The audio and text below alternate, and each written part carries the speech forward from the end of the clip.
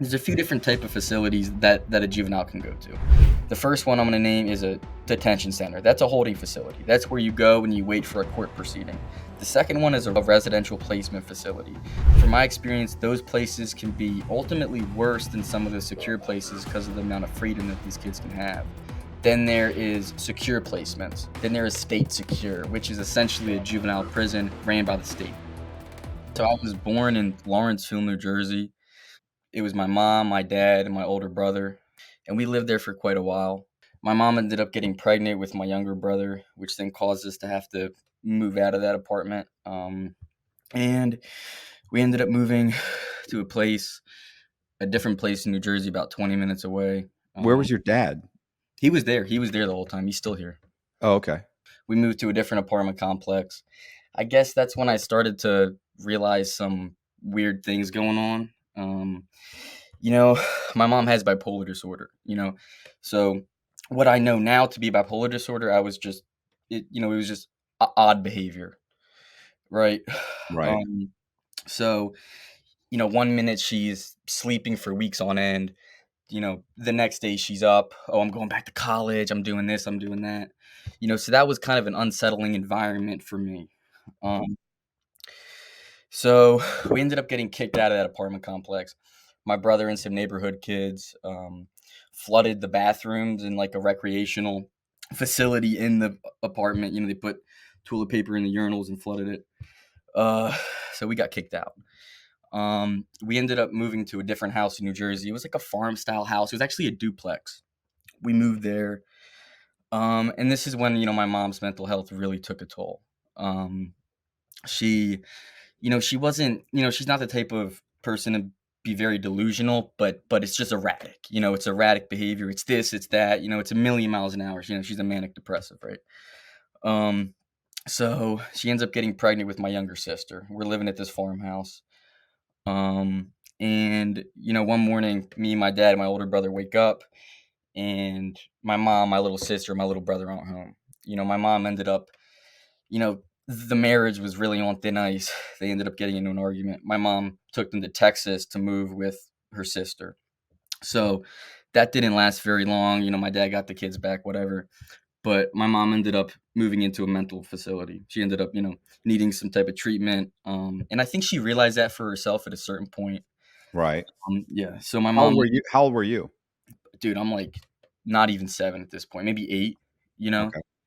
Um, so it got a little too much for my dad because my dad has to work a full-time job. At the time, he was a teacher and take care of 4 kids. So some of his family ended up intervening, like, hey, one kid can live here, one kid can live here. So I ended up moving in with an aunt and uncle. My older brother ended up moving in with a different aunt and uncle. My younger sister moved in with her grandmother, and my dad ended up moving back into his parents' house with my younger brother, right? And this was like kind of a lonely time for me because, here I am, 8 years old, 7 maybe, and I'm living with somebody I'm comfortable with and I know and trust them, but they're not my immediate family. Right. So although I was being taken care of and they're great people, it wasn't where I wanted to be. Right. And it's just a confusing time because I'm like, what's going on with mom? Why is she leaving? I felt bad for my dad. I felt bad for my younger siblings. And that's where I lived for about 8 months. Maybe closer to a year. Uh, so we end up grouping back together about almost a year later, and we ended up moving to Pennsylvania. My dad got a new job, and we all, grouped back up and moved to an apartment complex in Morrisville, Pennsylvania, about 10 minutes from where I'm at now. A lot of apartment complexes in my story. So we moved there, and at this point, I'm 9. I end up meeting one of my best friends that I'm still friends with today. And I have some good memories there, but that's when I remember my oldest brother getting involved with drugs. Um, I now know that, he was about 12 years old and he's taking Oxycontin and doing pills. One of the kids that lived near us, this kid's mom had a stash, man. And, I remember this even years later, this kid's mom just had so many of these pills, right? And I feel like that's a story that a lot of kids have, like, oh, I found this bag of pills in my parents, blah, blah, blah, and I've been taking them. They don't really know what they are. They just know it makes them feel good, right? Right. Um, so I Surprised you remember didn't take the wrong OxyContin, you end up dead, exactly. especially as And a kid. yeah. Yeah, and I remember my brother, I remember waking up one morning and he's throwing up in his room, and I'm like, "Dude, what's going on?" And he's like, "Oh, I'm sick, I'm sick." I now know that he took too much and he was having a bad reaction. Um, but that's where we lived for about 2 years. Um, After that, we end up the apartment complex decides to not renew our lease. I think, me and my brother were running around causing a little bit of havoc. I feel like this is when I morally started to adjust. I'm not stealing things, I'm not victimizing people at this point, but I'm morally fluctuating a little bit. I'm branching out into the things that I'll allow myself to do, right? Previously, when I was a younger kid, I had a very high moral compass. I was like, I was a normal kid. Right. Um, so they end up not renewing our lease. Now there's an apartment complex about 2 minutes down the road. We end up moving in there. I mean, Um, how bad are you when they don't renew your yeah, lease? yeah, So, I think my what mom was complaining to the management, and they had enough, right? So we end up moving into a different apartment complex called Rock Springs Apartments. It was like 2 minutes down the road. We're still in Mooresville, Pennsylvania at this point, and this is when everything blew up. You know, yeah, yeah. So we ended up moving in there, and I remember this is when I started to really see what my brother was doing and kind of following the group of friends that he had. You know, I'm sure it annoyed the hell out of him, my little brother following my friends everywhere, right? But I thought they were cool. They're smoking, they're smoking cigarettes, they're doing drugs, and I'm 11 years old at this point, and I'm kind of like attached to this group, and you know, one of the first things I really enjoyed doing was, oh, okay, we'll go into Trenton, New Jersey, which is 5-10 minutes from where we're at. Car ride. So we're walking up there, and we're exploring these abandoned buildings. And that was like the first kind of thing that I would do that was adventurous and out. So we're right, doing that. Um, and I remember at this point, I have drugs around me, but I'm not participating in the drugs. I think, held myself at a higher standard. Like, I'm not putting anything in my body. I'm not doing that, right? Either way, I end up, it becomes so normal to me that I end up going, why are these kids smoking? What's to it? And I feel like that curiosity just came out of me. right, One night we're standing in a circle. I mean, these dudes, I'm 11, they're 15, 16, some, into their 20s even, right? A neighborhood group of kids, right? And they're smoking this blunt. And I look to the dude who's it was. I'm like, hey man, you think I could smoke with you guys? And he looks to my brother. He's like, you want to let your brother smoke? And I think he was like, yeah, if he wants to do that, that's on him, right? So I end up I end up smoking. Um, and I remember really enjoying it. I remember it being like it's like you just found something new, and it's like, oh my God, where has this been at all my life? Um, and that kind of sparked it. Now I'm smoking, and then the thievery starts. At first it's small. It's, hey man, I'm hungry. We have no money. What do you guys want to do? Oh, let's go to the grocery store up the street and steal a hoagie and some soda, some energy drinks, right? But right, then it starts to go into a way of how can we, get money from this, right? How can we come up, right? So one of the first things I ended up doing is we go to the local mall, 4 or 5 guys bring a big backpack, and we're going to the J.C. Penney and we're putting 4 shoes in each bag, right? So, we're leaving with 10 pairs of shoes, 12 pairs of shoes, right? I don't know how they didn't catch us, man. But we'd walk out and go to this clothing store nearby and we just resell the shoes. And these shoes are $70. We're selling them 12 a piece, right? So we're getting no money back. Around this time, something happened. Um, you know, we would just do a lot of dumb stuff. We weren't putting guns in people's faces. We weren't doing anything like that, but we were causing havoc to the neighborhood. I'll explain. Or it's like May at this point, and in Pennsylvania, fireworks are they're legal, so you could buy them from a lot of stores, right? So the grocery store near where we lived had a fireworks section. It's one night, I'm hanging out, and I'm like, oh man, I'm about to go home. I'm 11. My birthday's about to come in a few months. I'm about to be 12. So I'm like, oh man, I'm about to go home. I'm tired. It's like 10:30. You know, oh, Carter, bro, let's steal some fireworks and put them on people's doorsteps. Let's do it. I don't know, I guess it's how it went. So we're on these stolen bikes. He ends up convincing me. We go up to this store and we put a bunch of these fireworks in our waistband. They're not super big fireworks, but they're about that thick. So we end up stealing these fireworks. We go back to the group of people we were hanging out with that night, and we start traversing the neighborhood. There's a residential community across from the apartment complex that we start going into, and we're putting these fireworks on people's doorsteps and lighting them. Now, I want to state that this is an absurd thing to do, and it's not only is it immoral, but it's putting innocent people's lives and their possessions in danger. Okay, Did you ever see The Butterfly Effect I movie? didn't. Is it no? Is that a movie? Yeah, it's, I wanna say, God, Ashton Kutcher or whatever his name is in it, and it's like he's able to go back in time and alter things, but the key event in his life is that they put, like, I don't know what it was, half a like an M80 or something, I don't know what it was, in a mailbox, Yeah, and this woman goes out. So while they're waiting for the mailbox to explode, this woman walks out of her house to go check the mailbox. right. And so when she gets up to the mailbox, it explodes, like kills her or her kid, like she's holding a baby or so. I forget exactly what happened, but it basically just it kills them. Like it kills her or puts her, it does some major damage. So he's constantly trying to go back in time to kind of alter these events. One time he runs up and pushes her back and yanks open the mailbox to try and stop it, and it explodes and he loses both his arms. One time, like there's just all these, he just can't seem to stop these Right, events. right. But yeah, it was innocent. They were just a bunch of kids just he and not realizing how dangerous what they were doing was. That's the thing, man. A lot of us were kids, but we're doing this with this dude. He was 22, 23 at the time. Well, if he's So 22, 23 and he's hanging out with a bunch of yeah, yeah, 15, 16-year-olds, he's he an was a idiot. loser. He was an absolute loser. Yeah, you can't Yeah. expect him to be the voice of reason. No, no, you can't. Um, Either way, we're putting these fireworks on people's doorsteps and lighting them. And I remember, there's two people ahead of me, and I'm walking in a group with my brother's next to me and another friend's next to me, and it's maybe 11:30 at this point in night.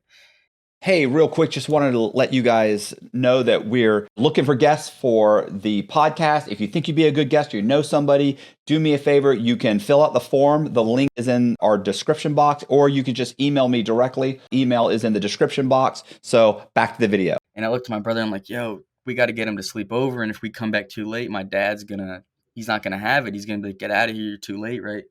So we're like, okay, we're going back. We dab up to people in front of us and we leave to go back to my house. I remember just sitting in my room with my friend and we just start hearing these sirens. And like when you're at home, you just start hearing all these sirens, you're like, oh, something's going on, right? That's that's what's happening, but it's not registering in our mind that something's really wrong. We just think, oh, these cops are trying to catch us and we're inside, I'm in my house, they're not finding me, right? Either way, what ended up happening was the group of people that kept on going and kept doing this ended up throwing the fireworks into somebody's garage port. There was one person at home. It was a woman and her dog. They both got out alive, but the house completely burned down. I Mm, mean, the fire was so hot that the next door neighbor's house, the siding of it melted. So right. this was a hot fire, and this easily could have killed a family. This was bad. I remember waking up the next morning, and we go back outside to the spot we always used to hang out at. And I remember I'm getting these text messages on my phone from, like, friends and people I know. They're like, "Yo, you guys burnt down a house last night." And we're like, "What are you talking about?" Because in my mind, all we did is put these fireworks on people's doorsteps. I didn't think that could happen, right? So I'm naive, and I don't understand my footprint in the world yet. I don't understand that the things that I do have a real impact on everybody, right? So, I remember getting these text messages like, "What's going on?" Right? Anyway, we end up, we're going to the store or we're walking somewhere, and we just get bombarded by police. It's 7 or 8 of us. We get bombarded by police. 7, 8 squad cars. Sit on the ground. Blah blah blah. They're like, "Yo, you guys burnt down a house last night." These cops to us. Mind you, I'm 11 years old. I'm like, "What are you talking about?"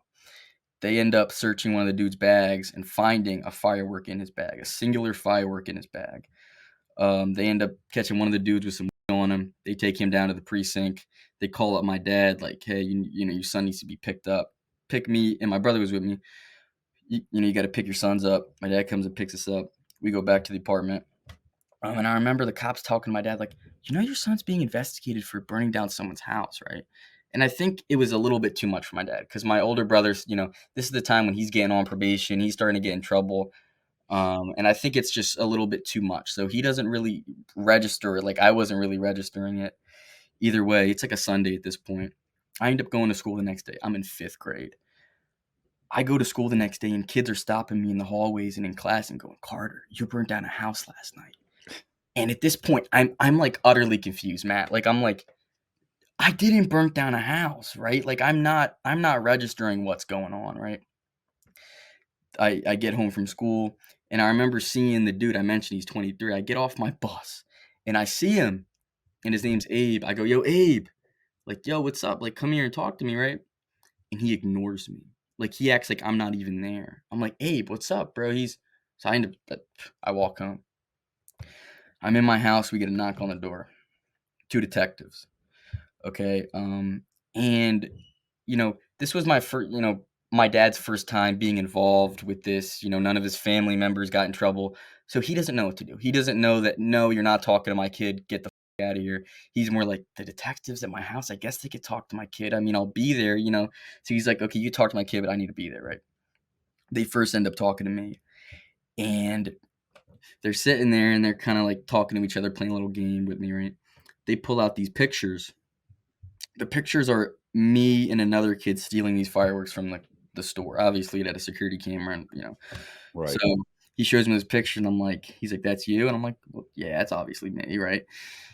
He's like, "You guys just ruined somebody's lives, right, and destroyed all of their property." And at this point, like, I'm just like, "No, we didn't. No, we didn't." And I tell the cop, "Look, I'm walking down the street. Me and my buddy end up leaving. We go home. Next thing I know, I burnt down a house. I don't know what's going on."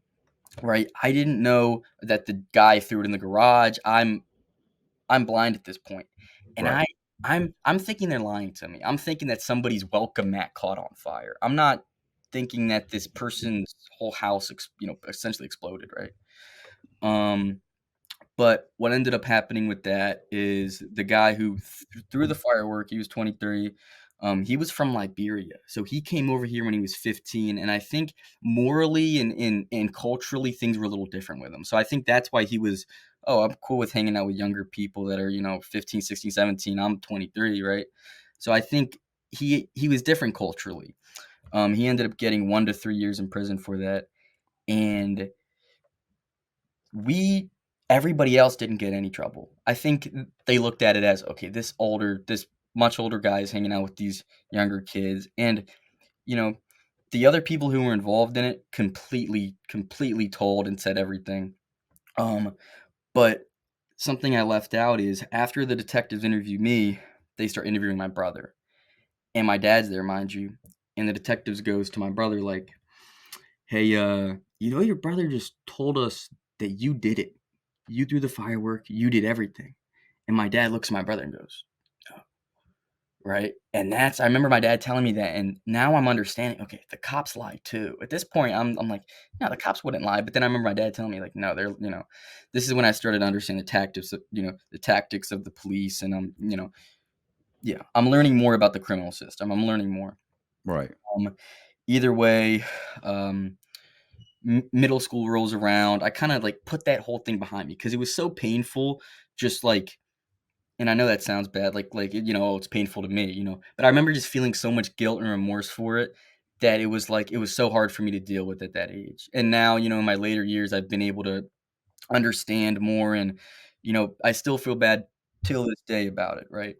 But at that age, I didn't know how to deal with that. So 6th grade rolls around, and automatically I'm fighting in school. I'm getting in trouble. I'm lashing out. I was probably the worst kid to have in your class because nobody else is learning anything. I'm being disruptive. I think it was me trying to be cool and impress people because I guess I had low self esteem. I'm just trying to, you know. Either way, I'm getting into fights.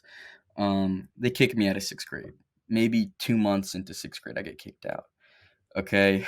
Um, they end up putting me around in a bunch of different alternative schools. Uh, I go to this one alternative school. I'm like, "F this, I'm not going no more." They put me in another one. I'm like, "F this, I'm not going no more." It's like halfway through 6th grade, and I'm like, you know what? I'm not going to school anymore. So I stopped going to 6th grade. What does Uh, your dad say?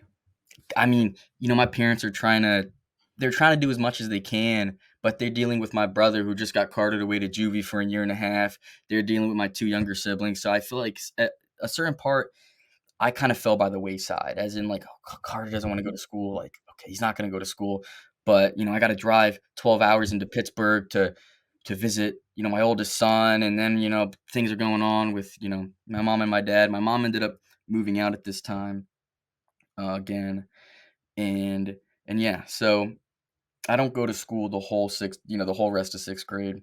Fast forward to seventh grade.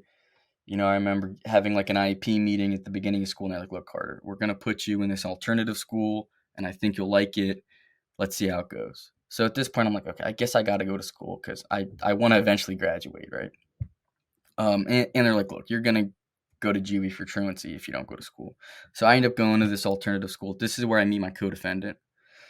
Yeah. So I Uh, was, we were some bad little kids, man.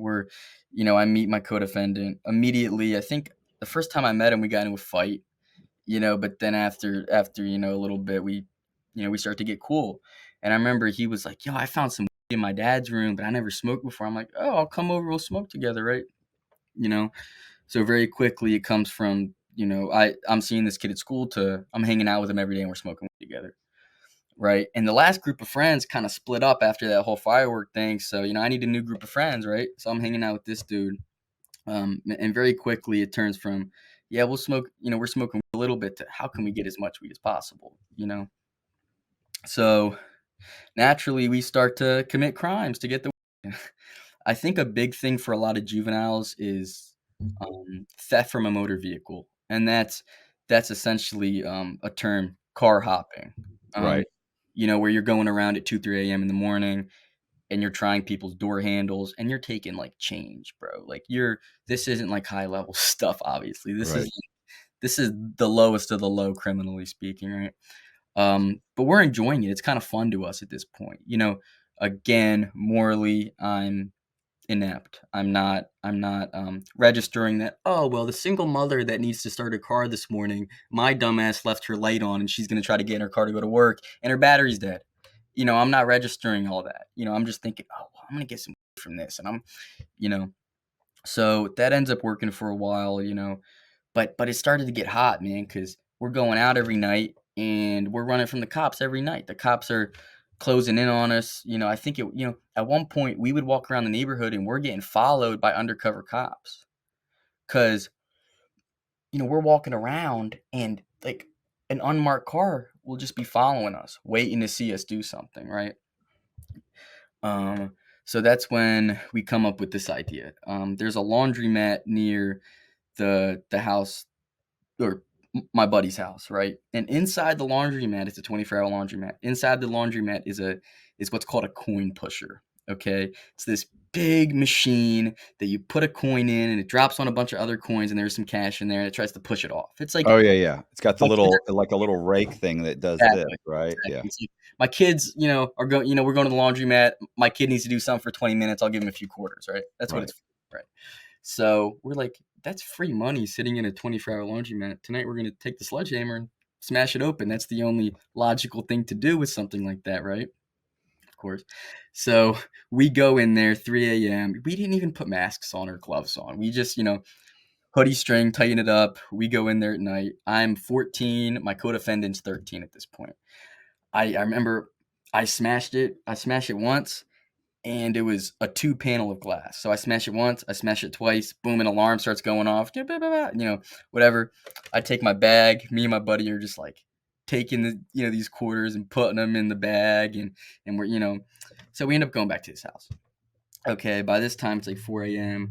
We got like $100 in cash, like $200 in quarters, right? Yeah. I was gonna ask how much you get. Yep, yep. So we count the quarters. We're having a blast, dude, because we're 14. We're like, oh, this was the easiest thing ever. We're gonna get so much tomorrow, right? So with the cash, it's like 7, 8 a.m. We call up this weed dude. Yo, we got money, blah, blah, blah. We end up getting like a half ounce of weed with this cash, whatever it was, right? So we buy this, we smoke a blunt, and we're like, oh, we got these quarters. Let's go to the grocery store nearby and cash these coins into the coin machine there. It's like a, big thing. You put the coins in, gives you a receipt. You go up to the receptionist, she gives you the money for it, right? So we smoke this blunt. We're high now. We're fried, right? We start walking to the store. And I remember walking there like, "Hey, man, you think the cops, like, will think, like, we're about to go to that store?" And we're like, "No, they're not that smart," right? Obviously, yeah. So Well, we I mean, also, did they have surveillance of yes, you? yes, So and the cops already know who you guys are, right? They've been following you around, so they yes, yes, and that I think and that kind of comes up later a little bit. So we go into the store, I put the coins in the machine, I get the receipt, I go up to the receptionist. Now my buddy's like, "Oh, I gotta get a soda." I'm like, "Bro, don't go get a soda." He's like, "I'm getting a soda." He walks away to get this soda, and the lady has the receipt, and I'm like, "Hey, what's taking so long?" She's like, "Oh, there's a problem with the machine. I'm so sorry about this. I'll get your money in a second." So now I'm like, "Okay, either there's a problem with the machine, or I'm about to get arrested here." So I'm like, a few more minutes goes by. I'm like, "Okay, where's my buddy at?" I go find my buddy. I'm like, "Yo, something's going on." We start to walk out of the store. Officer Kratz walks in. That's his name. He walks in. We try to like avoid him, like, "Oh, I don't see you," right? That type of thing. He grabs the back of my backpack and yanks me back, and he grabs my co-defendant, yanks him back, and he's walking us outside of the store. And my co-defendant's one of the funniest people to get arrested with ever, because he just has no chill. Like, he'll say whatever to the cops. We're badass kids at this point, right? We're not, so we're standing outside. There's like 5 or 6 cops. One of the cops was at my old school, and he knew me, so he doesn't like me at all. He hates me, right? So I remember I pull out my phone because I'm like, "Oh, this is ridiculous. We didn't do anything, blah blah blah." And I start recording the police officer. So now I'm recording him like I'm whatever. So I'm recording him. He grabs the phone out of my hand and smashes it on this trash can. And I kind of tense up because somebody just grabbed something out of my hand. So I tense up a little bit. He's like, "Don't tense up, boy." And he spins me around. He puts the cuffs on me. So now it's my first time being in handcuffs. And I'm like, "Oh, it's getting serious now." He's like, "You never grab a police officer's hands." He's screaming at me. He reaches into my pocket and pulls out this quarter-ounce of weed, right? He's like, "Oh, you're going to jail, buddy." And he's like, "Oh, you're going downtown," something like that, right? He puts me in the squad car. I'm looking over to see my buddy. He reaches in my buddy's pocket, pulls out his, cuffs him up. Now we're riding down to the station, in separate cars, right? We get to the police station, puts me in the holding cell, separate cells for each of us. And the cops are like, "So, what were you guys doing last night?" And at this point, we're just like, what I was always taught to say to the cops from now on is, at this exact moment, I'm going to invoke my Fifth Amendment right. I'm not going to be speaking anymore. So that's just what I'm telling the cop, right? right, I'm not speaking anymore. My buddy says the same thing in not, less kinder words, right? right. So the cop ends up, he's like, "Oh, we got blood there," because I guess I cut my hand on some glass. He's like, "We got blood, we got fingerprints, we got surveillance footage. Oh, and I'm gonna need your shoes because I found a shoe print." Right? So Jesus. yeah, yeah. So this cop, he takes my shoes. My dad comes and picks me up. Um, and I'm like walking out of this police station barefoot, right?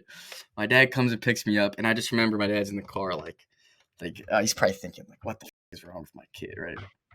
He got yeah. So we end up going home. It's COVID point, it's COVID time at this point. So the courts are all backed up, so we're not getting these court papers for months and months. It's not even a month later I get arrested again. For what? Okay, so me and the same co-defendant, we got some we're walking by the high school near our house, right? And we look at the bus lot. It's this, it's a big property with a gate and 30 buses in it, right? And we're like, "Oh my god, all the doors on the buses are open." So we're like, all we got to do is hop this, and we could hang out smoking these buses, So that's what we do. We hop the gate, we go in the bus. I roll up a blunt. We're smoking. We're getting, we're we're having a good time. To us, it's hilarious. Why are these people not locking the bus? They're idiots. And that's how we kind of looked at things, like, "Oh, if you leave your car open, it's your fault. You deserve to get robbed. You deserve to Right. get your stuff stolen." And that's something that later on I do feel very more, remorseful for, and I'm not proud of having that type of mindset. I want to make that clear. Either way, we're in this bus, we're smoking, we finish this blunt, and my buddy's like at the back of the bus, kind of like huddled back in the seat. I'm more like upright, okay, and all out of nowhere, This cop rushes on the bus with his flashlight. Falls Township Police Department. What the are you doing in the bus? So I kind of hide back, and I got this in my pocket. I'm like, I'm not getting caught with my weed again. I take the weed and I put it in my waistband. Okay, and I'm wearing these boxer briefs. That'll come up later. I'm wearing these boxer briefs. Okay, so I remember my buddy's like in the back of the bus. I'm like, the cop hasn't even seen my buddy. He's seen me. So I get up with my hands up and I walk out. I walk out of the bus. The officer's like, sit on the ground with your legs crossed. Sit on the ground with my legs crossed. And he's like, so is anybody else in there with you? I'm like, no, officer, it's just me. He's like, oh, you're the asshole that smashed that coin machine a month ago. I'm like, I didn't do that at all, officer. So he takes me out, he cuffs me up again, puts me in the back of the squad car. About 5 minutes later, he comes back with my buddy. He goes, so you're lying to me now, huh? And he's like, why wouldn't you just tell me your buddy's in there? And I look at him and I'm like, well, he's my friend, you know? And he's like, okay, I can respect that, right? We're back at the police station. Okay. I remember he's like, okay, I'm about to fingerprint you. He uncuffs me from the bench. He starts to fingerprint me. And he's midway through it, and he's like, I smell on you. And I'm like, yeah, I just smoked a blunt. He's like, no, no, no. I've been a cop for 20 years. I smell fresh on you. And I'm like, yeah, no, you don't. So at this point, he's like, okay, I'm going to cuff you up to the bench, fingerprint your buddy. Then I'm searching you again. Right. And I'm like, okay, that's fine with me. So he starts to, search me again. And he's giving me a wedgie, dude. He knows where the at, but he can't strip search me. I'm 14, right? He's shaking my, he's giving me a wedgie. I'm like, officer, do you have some like weird infatuation with my private area? I'm trying to like make fun of him, right? But I'm scared at this point because I'm thinking, okay, probably trespassing, a few more little charges, and then this charge. I'm thinking, okay, maybe if they find that's just enough for them to take me down to the detention center. So I'm thinking, okay, if that happens, it's not the biggest deal. But I'm thinking that there's an extra charge if I get caught with this in the police station. And I'm sure there is. I don't know exactly. So he ends up never finding the cops take me home, and I get home with this. And this was really bad for me because now my ego blows up. In reality, I'm just an idiot that got caught, that was Yeah. smoking on a school bus with some in my waistband. The cop knew it was there. He couldn't get it from me. And I think I'm Johnny Badass. Like, oh, yeah, I got away from the police with this blah, blah, blah. That really blew my head up a little bit. So my behavior continued to not change. Now, ninth grade is rolling around. It's like this, the summer before, maybe it's like August at this point. About to start ninth grade. COVID's still there, but like you could go into school again and stuff. And I'm 15 at this point. I've been arrested twice in the last 8 months, and my court date's coming up. Preliminary hearing. I go to court. It's a huge courthouse in Bucks County. I go up to the juvenile wing. My dad's been up there a million times for my brother. Now it's my turn, whatever. I go up, see my co-defendant and his dad. We're like, yo, so what are we doing? And we're like, we're not pleading guilty because we didn't do it. That's what we're sticking with, right? And my public defender brings me out in the hallway, and she's like, Carter, can I show you something? I'm like, yeah, what's up? She's like, come here. And she shows me her phone, and it's a video of me and him smashing it. And like, Right. it's totally me and him, right? Right. Like it's us, right? And I'm like, sorry, like, I wish I could help you, but that's not me. She's like, well, this will take a long time, and you're probably gonna get in more trouble now. I'm like, yeah, well, I'm not gonna, plead guilty for something that I didn't do, right? Me and my co-defendant weren't gonna plead guilty unless we were on the same board with it, Right. Uh, so either way, I end up going into the courtroom. It's my first time in a courtroom, and I'm meeting with Judge Wade. He was the first black judge in Bucks County. Very, very nice guy, but he's serious too, and he's fair. But I'm going into court, and I'm like sitting at the, it's me and my public defender at one table, the district attorney across, the court writers like to the right of me. My intake probation officer is at the front, and my dad's at the back, and the judge is up here to the left of me, or to the right of me. Okay, and I walk in, I sit down, and I'm like rubbing my head. I'm not really taking it too serious. And when you're juvenile, they already assign you an intake probation officer before you're even on probation, because they're like, well, if he gets on probation, we're gonna have this person for him already lined up, right? So I remember the judge. He goes, "Stand up, young man." So I stand up, and I'm like I start to argue with this judge, and he's like, you're not taking this seriously, blah, blah, blah. And I'm just like, "Your Honor, like, I didn't do this. This is just a big joke." I'm like, at this point, he coulda totally, held me in contempt, but he just kicks me out. He's like, "Oh, get out of my courtroom," right? I leave. Um, Now I'm going back to court soon. So another 3 weeks, a month, I go back to court. Me and my co-defendant are sitting there, and they're like, "You guys can just, like, plead guilty and see what happens, right?" So we're like, "Okay, what should we do?" So we end up pleading guilty. We come to our senses and go, "Okay, we're gonna plead guilty to this." Um, they end up Are giving are Hmm? they explaining did they ever explain to you how much worse it will be if you go to trial and lose? No, but, I think they were just trying to intimidate us, like, "Oh, you guys are gonna go away if you don't," So, but they didn't say anything specific, right? Okay. Yeah. So at this point, I'm in school and I'm getting in trouble in school. Like I'm not doing good in school. So that got reported back to the courts. Um, so I end up getting indefinite juvenile probation, house arrest, and something called the RRC program, which I'll explain in a minute. So indefinite probation as a juvenile, you could be held on probation up until your 22nd birthday. Sh Okay. So at this point, I'm 14 or I'm 15 at this point, and I'm hearing indefinite probation. In my mind, that's okay. So I'm not going to be able to go without smoking. I don't want to go to school every day, and I'm not going to get good grades, and that's what I have to do to get off probation. I'm thinking, oh, I'm never getting off probation now, right? Right.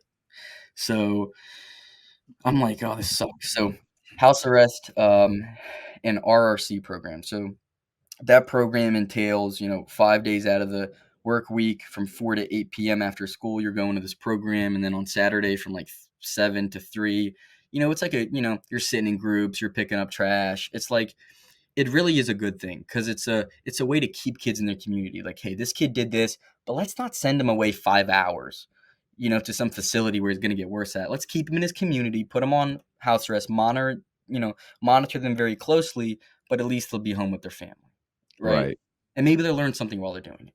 However, this is a hard program to complete because you get suspended from school. You smoke, you're getting like 4 drug tests a week, man. Right. So, This is 25 that's like 25 what, more than 25 hours a week you're yeah. doing Yeah. This you're is a going to school and doing the program? The interesting thing for me is the program was held at the same place I go to school at. So I'm waking up at 7 a.m. to go to school, and I don't leave school till 8 p.m. at night, right? Pretty much 9 counting the drive, right? It's only 4 days into this, and I'm not having it. I come to school late, and the thing about being on house arrest is you can't come to school late because your bus comes at this time, you get on the bus at this time, you get to school at this time, and your bracelet is tracking all of that, right? So I come late to school. I remember they're like, "Oh, you're late, Carter, and we're gonna talk to your probation officer about this." I'm like, "F you," like I'm having a bad day. When I was younger, I would have those kind of bad days where I'm not, I'm gonna be more quiet, and I don't know what it was exactly, but I go to the bathroom and I'm hitting this vape in the bathroom, and this counselor walks in. Carter, I see the vape. Get me the vape. This and that. I'm like, you're not getting the vape. She leaves. I take the vape. I put the vape at the bottom of my sock. Put the sock on. Put the shoe on. And in this school, what they do if you get in trouble is they call a meeting. So it's all the kids in the school have to meet up with the principal, and we're going to talk about Carter's vaping. Okay, so this lady called. Oh, she was the most passive aggressive woman I've ever met in my life. Like she was just terrible to talk to, right? But she's trying to embarrass me in front of these kids. She's like, Carter's on house arrest, and if he doesn't, either way, I end up cursing her out. Which is she was a woman. I never should have said the things that I did say to her, but she's like, go down to the office. So I go into the office. Now, when you're on house arrest, you're supervised not only by your regular probation officer, but 2 house arrest probation officers. Um, and they're these big dudes named Steve and Tony, and they wear these bulletproof vests, and this is how they hold the vests, right? It's all about intimidation. They're like Right. 6'5". They're like, I'm like 5'4" at this point, 5'5". Like I'm 15, and they come in here, and they've known me since I was maybe like 10, from my brother being on house arrest. So they come in there, and I'm on my phone, I'm scrolling, and they take the phone out of my hand, right? So at this point, that sets me off because like now I'm like, okay, these guys are trying to intimidate me. They're taking my phone out of my hand. I don't like that. Right. So I just start to curse them out. I'm cursing at them. I'm being an asshole. Right. They take me, they search me, they don't find the vape. They're like, Carter, why are you acting like this? I'm like, because you guys just grabbed my phone out of my hand. I'm still on this phone thing, right? So they're like, so what do you want us to do? And I tell him, I said, do your worst. So he smiles at me. The one guy leaves the room and he looks to his partner. He kind of like winks at his partner or something, right? Guy goes on the phone, calls up my probation officer. And I guess the conversation went like this, like, hey, Kurt is being combative at school. Can we detain him?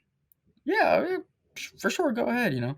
So they're like, you know where you're going tonight, buddy? And I'm like, yeah. They're like, where? I'm like, I'm going to the youth center for the first time. They're like, yeah, you're going. So they take me, put me against the wall, handcuff me. And he's like, so where's the vape at? Because you don't want to go there with the vape. I'm like, you're right. Okay. Bottom of my shoe. So he takes my shoe off, takes my sock off. And this wasn't nice what I said to him next.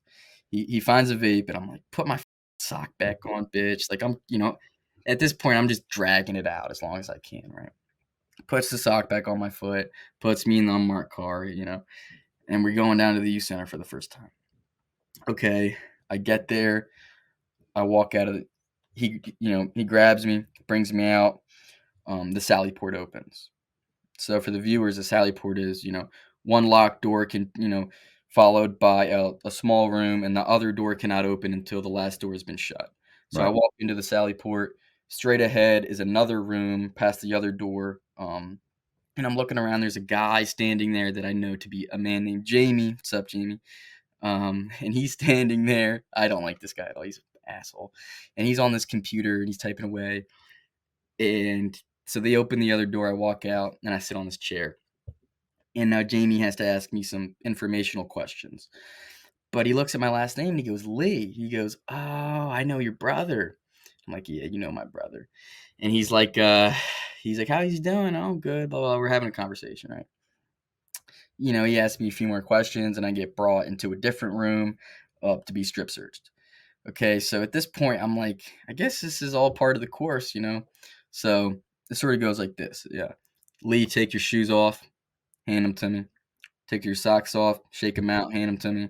Followed by my shirt, my pants, my underwear, followed by a strip search. I won't, I'll spare you the details, I guess. So then I got to take a shower. So they're like, all right, Lee, uh, there's a shower right there. Be quick. I hop in the shower. There's this light and foamy soap next to me, and it's like this really cheap soap, right? And I'm in the shower and I press the button. It's cold, so I back up. And then I get back. I press it again. It's a little bit warmer. Then it shuts off again, and I'm like, what the is going on? Why is this shower shutting off? Right? So I press it again. I figure, okay, I got to press this thing every 5 to 10 seconds, right? So I take this shower very quickly. I put my Bob Barker intake top on. I put my intake pants on, and they start to walk me out in the facility. So we go through another Sally port. I'm in the Sally port, and I look to my right, and there's this control center. This is what controls the entire compound. So I'm looking in there, and there's like all these like computers and shit, and I'm like, oh man, what have I done, right? So they bring me out in the hallway. They're like, all right, Lee, you're going to B dorm. They walk me down to B dorm. We pass A dorm. I go into B dorm, and I walk in, and I'm kind of surprised. I'm like, okay, maybe this doesn't look as bad as I thought it would be. They walk me into B dorm. They're like, okay, you're getting cell 3. They put me in cell 3. Boom, door slams behind me. Now I'm in my first jail cell. So now it's getting a little surreal. So I make my bed. There's a bunk in front of me. To the right of the bunk is a window with a metal coating on it. There's a wooden desk. Above the wooden desk is the metal shelf. Then there's another shelf you can hang your towels and stuff. Okay, so I make my mat, and to walk out of the cell, you got to press a little button on the door. So I press a little button. I walk out in the day room, and I'm kind of just looking at my surroundings. The dorm is it's only a 12-man dorm, single cells, um, little day room with some chairs, TV, water fountain. That's all it is. Now, what I forgot to mention is this is not regular times for any facility. This is COVID times. So they bring me in and they're like, this is quarantine dorm. You will not leave this dorm unless for a medical purpose for 2 weeks. And if you get COVID, you're not leaving your cell for a month. So I'm like, oh, I better not get COVID, right? So either way, I'm there now. You know, I'm like, I'm trying to use the phone. I'm trying to use the blue phone on the wall, the collect phone. They give you something called a TID number where you press the number into the phone and you could call your parents up, and it's not working. And this one day, the supervisor comes in. I don't know him to be a supervisor, and I'm on the phone. I'm trying to get it to work. I've been talking to these staff about my phone, not working for days now. And they're like, "Oh, we'll figure it out tomorrow. We'll figure it out tomorrow." I'm on this phone trying to get it to work, and I slam the blue phone. And the supervisor, he's like 6'7", real tall dude, but he's an asshole. And he looks down at me. He's like, "Boy, did you just slam myself or did you just slam my phone?" I'm like, "Yeah, I just slammed your phone because I've been sitting here for 4 days and I haven't talked to my dad one time." And he's like, "This is what so." And what this guy likes to do is he'll put you in your room and he'll go, "I'll give you 5 minutes and I'll come back in 5 minutes and we're gonna have a talk." He comes back hours later every time, right? So he comes back. He talks to me. He doesn't like me. He hates me. He's like, I've been hearing from other staff at this facility that you have a chip on your shoulder and you think you're different than people. So I'm like, I don't think that at all. I just want my phone to work. He's like, okay, so you're gonna be in here the rest of the night now, but okay. I'm like, cool, whatever. Um, the next day goes by. We'd do school for a little bit. They'd bring us in some worksheets and we do that, but really we're just sitting there watching TV the whole day, right? Boring, real boring. Um, yeah. And I remember I'm sitting there and the same guy, Dax, walks back in and he brings me in this little room called the quiet room. It has some books in there. It's just a room where it's basically a small library. He brings me in there and he sits me in this chair and he goes, "We got a problem." I'm like, "Okay, what is it?" He's like, "Your brother just got booked in." I'm like, oh, like at this point, I'm like, oh, this sucks now. Now my brother's here. My dad's probably like, what the f-? Both of my kids are locked up. And he's like, and I'm like, okay, so what dorm is he going to? He's like, that's the thing. This is quarantine dorm. By the rules, your brother cannot go to a different dorm. I'm like, oh, nice. I get to be with my brother now. He's like, yeah, well, that's the thing you're not understanding. If you talk to your brother, if you look at your brother, you're going to C dorm and you're not leaving your cell, and you're gonna stay in there for the rest of the time you're here. And I'm like, okay. Well, I'm like, okay, well, at least my brother can be in here. What they end up doing is they take my chair, put it against my cell. So it's on the side of the wall. They take my brother's chair, put it on the side of the wall. I'm in cell 3, he's in cell 12. So he's all the way across the dorm. It's not that far, but I have to look all the way like this to see him, and he can see the back of my head, right? And at this point, I wear contacts so I could see, and I don't have glasses. I don't have contacts, so I'm not nowhere near the TV. I cannot see the TV, so I'm just sitting there for like weeks, not being able to see the TV.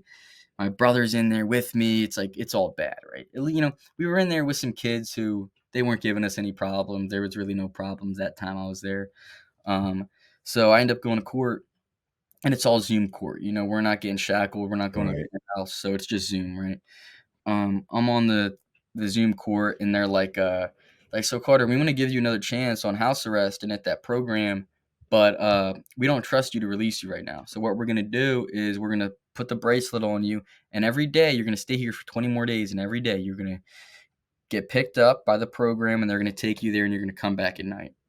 So I'm like, okay, that'll work. I only got to stay here 20 more days, and I get to go out. And what I didn't register at that point is I'm getting strip searched every night. All right, so you know, for about 20 days every night I'm coming back and getting strip searched. Okay. I end up completing that. Um, and it was fine. I complete the program, I get off house arrest, and I'm sort of like, I don't want to go back there. I'm like sort of like a new outlook on life, but I'm not really there yet. I'm sort of like I'm it's baby steps, right? So at that point, I'm like not smoking for a while, but then I start smoking again. And they're drug testing me a few times a week. And this guy would come drug test me named Nick. And I really got good at talking at this point, like just to be able to bullshit my way through stuff. So this guy Nick really trusted me. And usually he would come in the bathroom and monitor you while you piss. But he'd be like, "Oh, Carter, I like you, man. You're good." So I would use other people's pee that were clean, right? So what I do is I take the cup, pour the clean pee in the cup, screw it on. I would take or turn on the hot water in my sink, plug the sink, sit the cup in there for about 2 minutes, come up, be like, "Oh, sorry, man, it was hard to pee." So the cup's warm. So if you grabbed it, it's not lukewarm, it's warm now. Okay. I end up doing that for a while, but then a different guy starts to meet with me, a guy named Scott, who ended up becoming a probation officer and ultimately being my probation officer in the future. So Scott had this rule where, I'm not gonna watch your dick while you piss, but you're gonna raise one hand and, piss in the cup with the other, right? There were some dudes who would watch you piss, and I mean, they're they're mean, Right. dude. They're looking at your dick while you're doing it, right? Uh, so either way, Scott starts doing this. So now my career of faking these drug tests are over. Scott's onto it, right? At this point, I'm still in ninth grade. It's like almost to the end of ninth grade, and I just start missing a lot of school. I start missing a lot of school, and I'm failing these drug tests.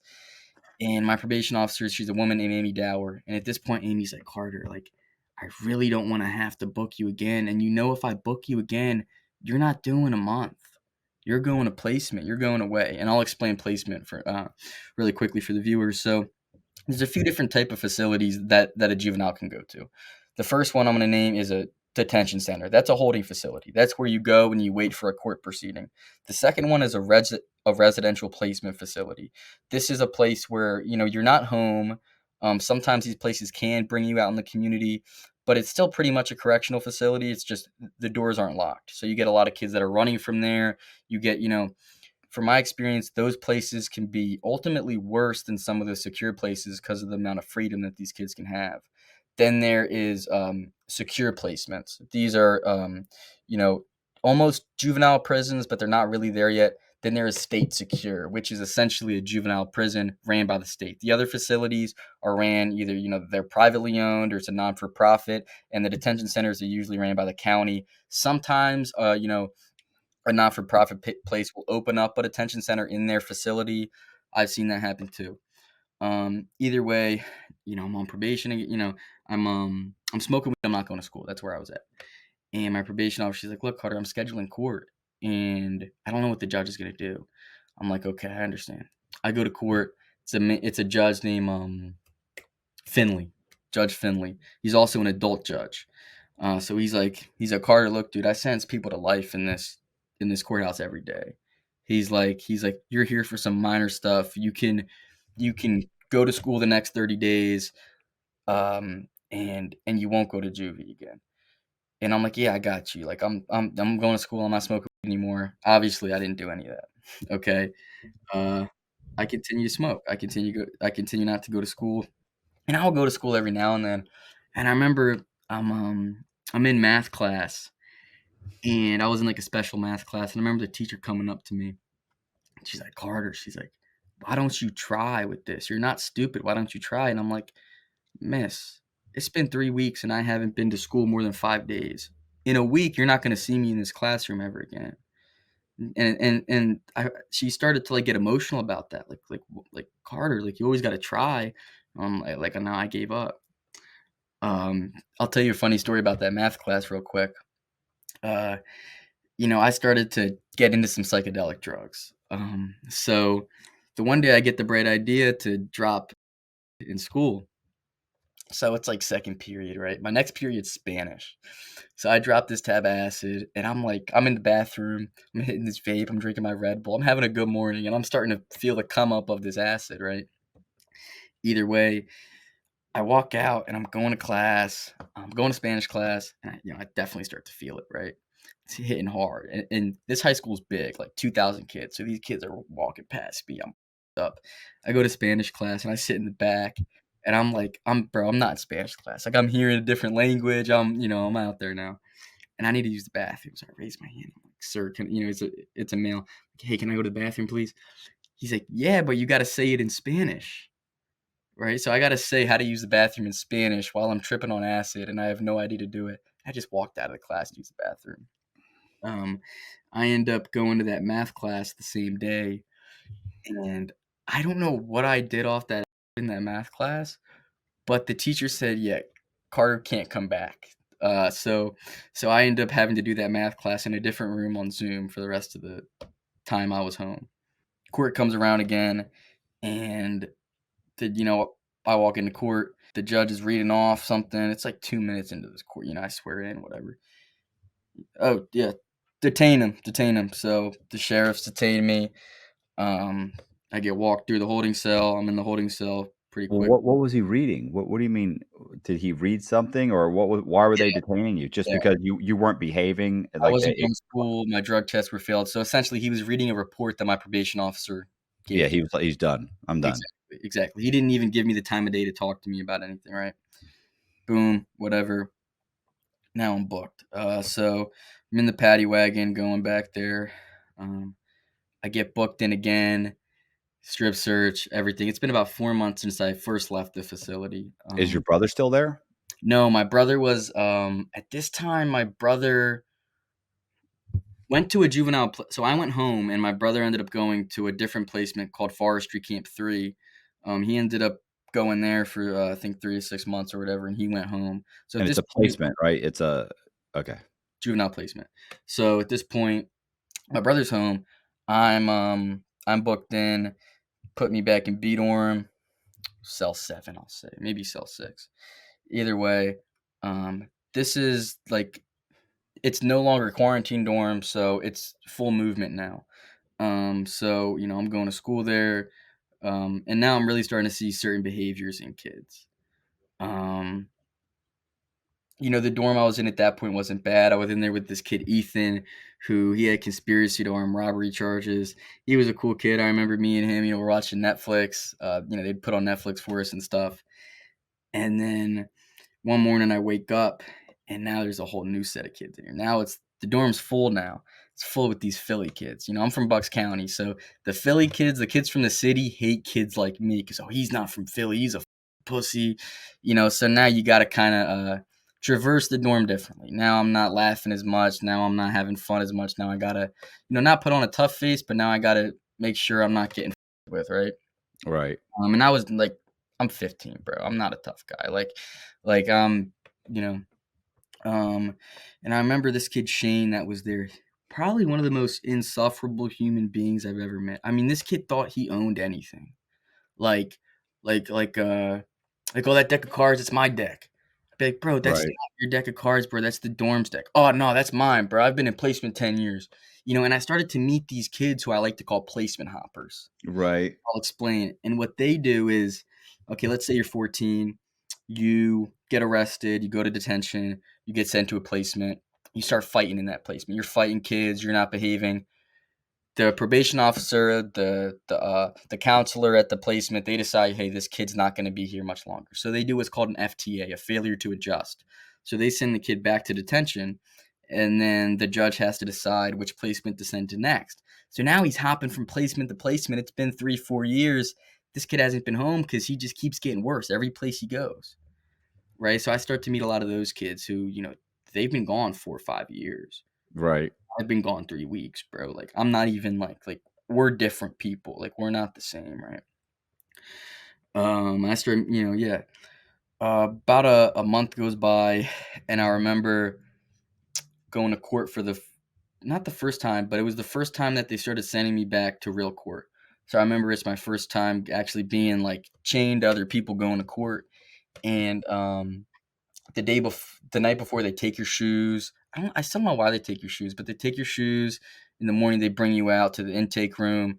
The sheriffs come and they search you there, make sure you're not bringing anything to the courthouse.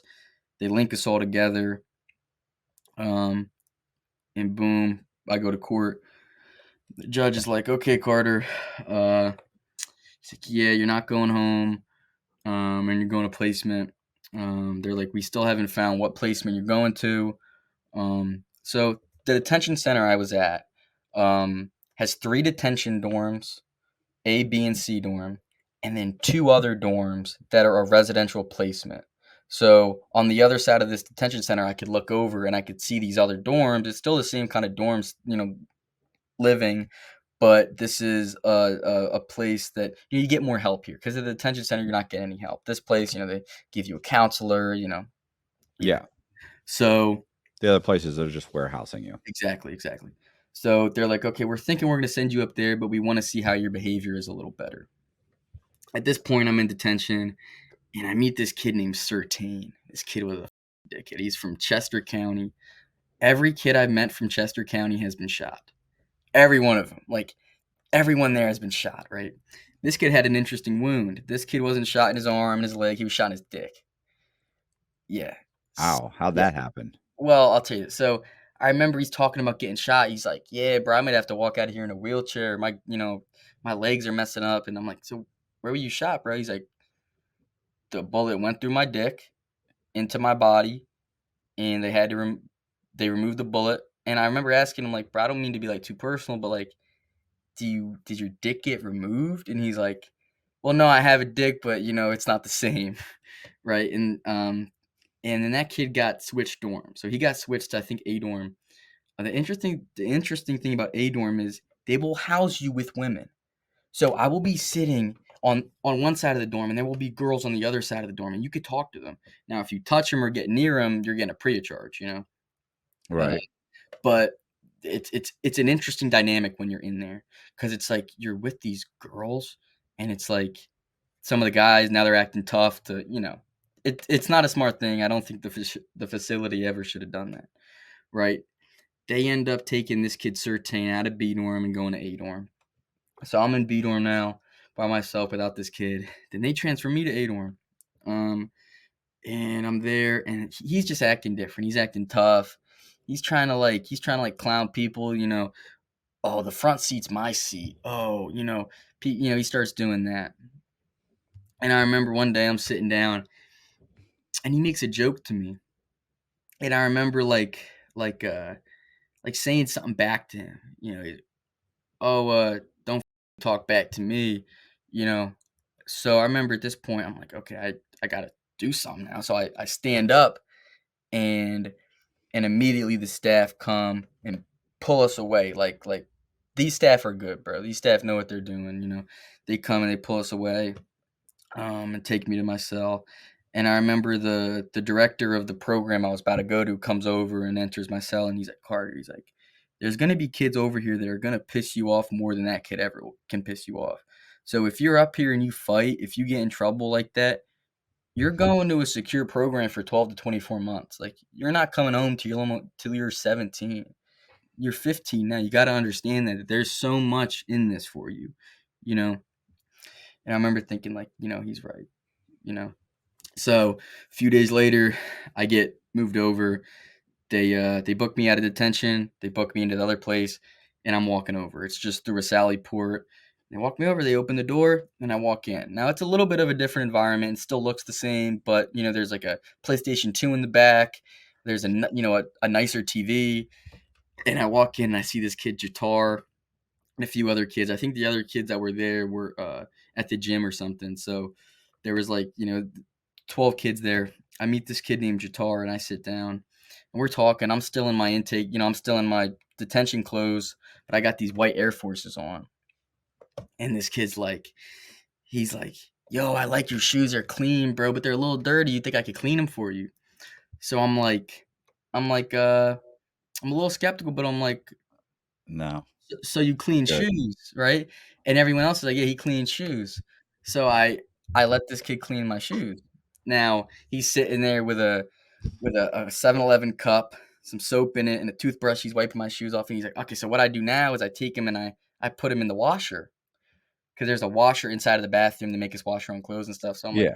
okay, go ahead. And this kid's like small, bro. He's like 12. He's like 12. I'm like 15. I'm like, this kid's not taking my shoes, right? And Right. he doesn't. I'll get to the story.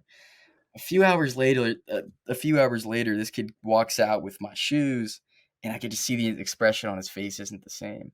One shoe super white, super nice looking. The next shoe has a yellow tint at the bottom. He ended up putting them in the washer on a high setting and basically ruining my other shoe. So he comes up to me, he's like, "Dude, I'm so sorry, but like I've done this a million times, and like I fucked your shoe up." And I remember feeling so bad for the kid. I was like, "Dude, you're good, bro. Don't even worry about it." So that's my first introduction to the dorm.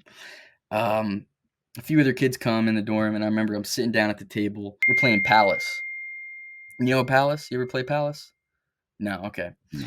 Either way, we're playing Palace, and this kid's sitting across from me. I know this kid to be a man named Caden now, And, we're telling stories of why we're in here. And Caden, he's telling me why he's in here. At 13, Caden took his parents' car, $5,000, and he had a plan to escape the country. Okay, so he makes it all the way to Louisiana. Okay, gets gets into a high speed chase in Louisiana, and this is a capable kid. Like, this kid's smart. All the way in Louisiana, he gets Wh- booked into a Louisiana detention center. What's he think he's gonna do? Go to Mexico? His plan was to go to Mexico and live Okay. in Mexico, right? So he's in Louisiana. He gets booked in. He gets extradited back to Bucks County, and he goes to detention, and he leaves. And he leaves detention, and he's home now. And he's like, yeah, I just wanted something bigger. I'm like, what do you mean bigger? He's like, well, I started a cat and mouse game with the FBI. So I'm like, what are you talking about, dude? At this point, he's like, well, I started to send bomb threats to Mm, facilities and places in the area, and then the FBI, I, you know, I eluded them for about 6 months until somebody told on him. It was actually a friend's girlfriend that told on him. And I remember him telling me this, and I'm like, dude, what the f wrong with this kid? Like, this is what I'm thinking, and, yeah. he ended up actually becoming a very good friend of mine that I still keep in touch with today. But I remember, like, I'm like, "What the f wrong with this kid? Why is he doing that?" I later on after living with him for almost a year, you start to understand people's patterns and why they do things. And, so I understood it a lot more later on, but at this point, I'm like, "What's wrong with this dude?" Um, Either way, this is a nice place. It's rather controlling, and it's definitely not an easy place to get through, not because you're getting beat up or you're getting jumped or your stuff taken too much, but it's like, you know, "Oh, Carter cursed today. If he curses 3 more times, there was a level system. So, Right. at the top of the level, you can get a job in the in the community. You could have a PlayStation in your room, but to keep but to keep that level, you can't get more than 2 zeros a week, and a zero can be anything as simple as speaking in line or, cursing or, you get into an argument, bad peer interactions, you have an argument with a staff, right? Um, and another thing about this place, if you fight, you're gone. Like, if you get into a Right. fight, it could be one punch, you're getting dragged out and you're going back to detention and you're done, right? At this point, I met a kid. I'll leave his name out, but I ended up meeting this kid, and it was actually my first day in there. I'll tell another story about my first day. I sit down, and we're playing cards, and he looks at me. He's like, "So what are you here for?" He's a real jumpy kid. He's like, "Oh, so what are you here for, bro?" And before I could tell him what I'm here for, he goes, "Oh, I stabbed somebody." Right? And I'm like, "Okay, well, are you gonna let me tell my story?" He's like, "Well, I stabbed somebody at the mall, and he got airlifted." And he's telling me the story, and this was an interesting kid. A little while later into my stay, I end up I'm in the bathroom and I'm shaving. I'm like, I'm talking to the staff like, "Hey, can I get a razor?" It's like, "Yeah, of course. Just go to the bathroom, give it to me when you're done." I'm shaving in the bathroom. Um, and I get done shaving and I look at the staff. I'm like, I wrapped the razor in paper towel so he doesn't have to touch it. And I'm like, "Yo, I got the razor." He's like, "Okay, put it by the control center." So there's a control center in the dorm with like a little kind of like a windowsill where I could rest it on. It was a mistake on his part.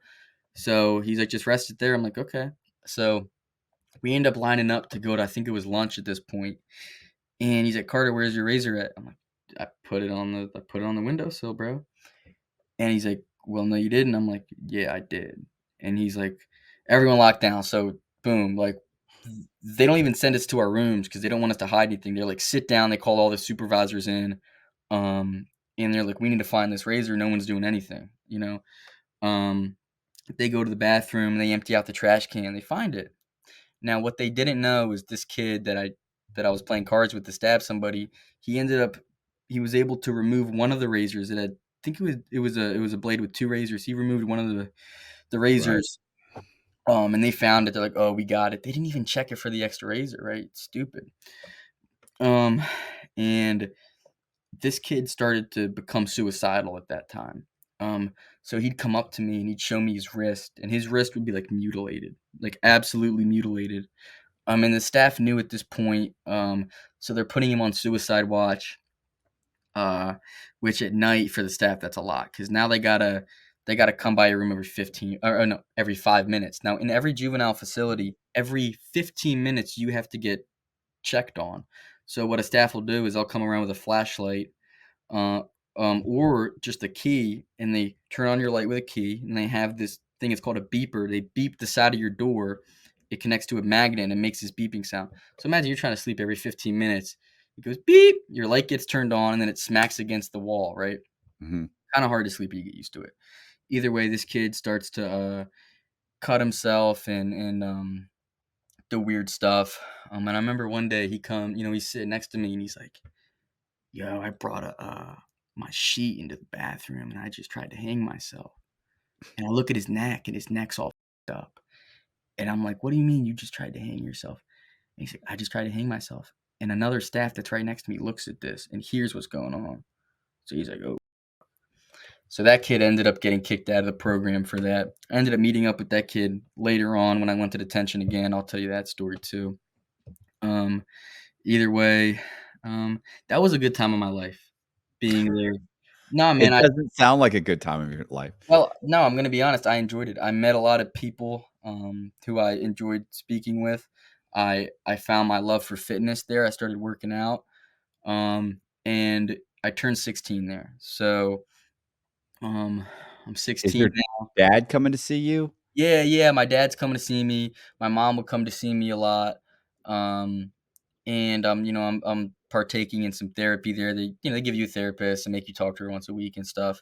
I'm doing that, and I'm starting to definitely learn more about myself and think back to like how did I get here? Because it's like you don't just end up in a place like that. There's a million micro progressions that end up having you to be, So I start to think about my childhood a lot and my brother and how all these things coincide together.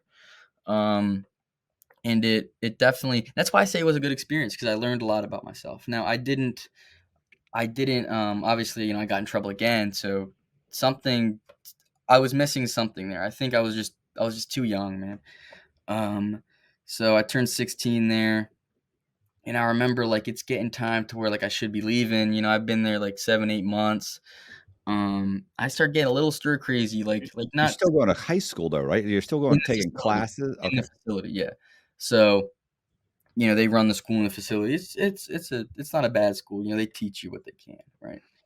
Um, yeah. So it becomes, I get court scheduled, and I remember I'm like, I need to go home. But my probation officer, when she comes to see me, the bad part about the juvenile system is they don't go, oh yeah, we're sentencing Carter to 6 months. No, they go, okay, this is a 6 to 9 month program, but if Carter wants to make it 2 years, he could be here 2 years. Right. Right? There's no limitation. They could hold you until your 22nd birthday, right? So it's almost like an indefinite time. It's just, So I remember my probation officer was like, "You're not leaving when you go to court." I'm like, "I've done everything in this program. I haven't gotten in any trouble." Well, she's like, "Well, there's been vapes smuggled in the facility." And I'm like, "Well, I had nothing to do with the vapes." Um, Either way, I'll tell you that story now.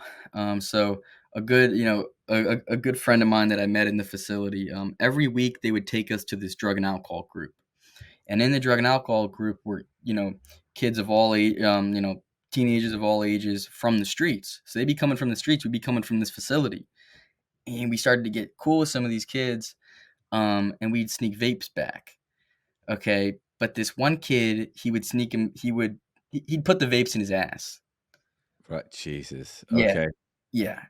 So he puts the vapes in his ass, and we're driving back, and this kid's like in pain, bro. I'm like, I hope you know I'm not hitting that, right? And and the vapes are in his ass. We get back to the facility, and like what we do if we needed to talk without anybody being there, we'd hop on the PS2. So we're sitting on the PS2, and he's sitting there. He's like, "Bro, I can't get them out," and I'm like, "Bro," Oh, no, no. I'm like, "Dude, you got to figure something out because." I mean, worst comes to worst, you could go to the people and be like, "I got these vapes up my ass," but then you're dude, like, you're real. Either way, I think he was okay, and he ended up getting them out.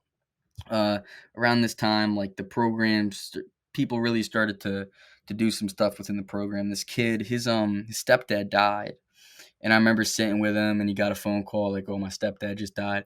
And you know how that is if you've been away, you never and that's why like joking with people can cause a big issue because you never know what conversation someone just had on the phone. You never know what letter someone just got. So yeah, this kid, I remember him coming back being like, "My stepdad just died," blah blah blah.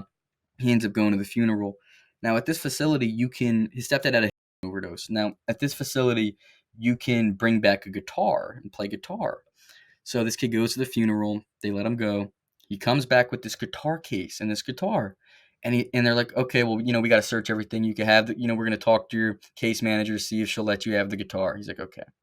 They end up searching this guitar case, and there was grams of in it. So this kid, he didn't try to sneak back heroin. At least I don't think. I think what happened is stepdad had a drug problem, kept some in there, died. They didn't search the guitar case. He brought it back. He ended up getting a lot of trouble for that. And as a punishment, they'd bring us out. Um, they'd bring us out to the field, and the juvenile jail is right next to the adult jail. So we're looking at this adult jail, and we're like shoveling manure, like we're shoveling shit. And these staff are screaming at us. There was the staff Eric who loved to just scream and yell and make a big commotion out of nothing. He'd be having a bad day, and everybody else has a bad day because of Eric, right? Um, yeah. So court ends up rolling around, and I'm trying to go home. So in my mind at this time, well, I'm a good speaker. I've spoken in the courtroom before, and that's just what I'm going to do again. I'm going to charm the judge. That's what I'm thinking. So I go into the courtroom, and it's my time to speak. And I don't know if this ever happened to you, Matt, but I just started squeaking. Like I didn't know what to say. I started to get anxious, and that's never happened to me before. I was never like an anxious guy or nothing, and I didn't have anything, so I didn't go home that day. Okay, I end up staying there an extra month. I end up going home. Um, I remember like leaving for my first day and like just like being pretty joyed and but it was also sad because I'm leaving some guys that I really care about. But my buddy Caden, who was in there with me, we ended up leaving on the same day. It just so happened that our we got our court papers in. It said, I think it was January 4th. We're leaving on January 4th. I'm like, oh shit, we're leaving together. So we go to court together. And I remember giving him a hug, like, yo, it was very good to meet you. But it was sad because, you live with these guys for so long and you build up such a rapport and a connection with them, and then they're just gone. You don't see them again. You don't live with them again. And you kind of start to miss that. And that's exactly what happened. I remember going to high school the next day, like, it's been almost a year. And I go into this high school with thousands of kids, 3,000 kids. And it was like, How old were you at this point? Still 16? yes, 16 at Okay. this. So it's been over a year. You had your birthday there, but you said it's Yes, been a year, so yes. you're still 16 though, not It's still close to 17? closer to 17, but I'm still, I came in almost 16 and then I left almost 17 essentially. Okay. Yeah. So I go back to school and I remember, realizing how hard it is to adjust back to school cuz I go in, I'm going to school with 3,000 people there and I don't know how to talk to these kids anymore. Like, I don't even know how to relate with these kids. I'm going to class, and I remember the principal, he was like, "Carter, you're not going into we're gonna put you in a classroom the whole day, so we're not letting you go to other classes." And I remember thinking, like, "That's f***ed up. Like, I just did all this. I wanna meet people. I wanna talk to people." But at this point, I didn't even know how to do that. Like, I didn't know how to relate to kids who I didn't live with because 'cause I've been going to school with these kids, you know, these 12 kids who I live with and I'm super comfortable with, and now I'm in this big school with all these random kids that I don't really know. And it was Right. a little overwhelming for me. Um, and I finish up that school year. Me and my brother are home. Um, and this is definitely a really big time in my life.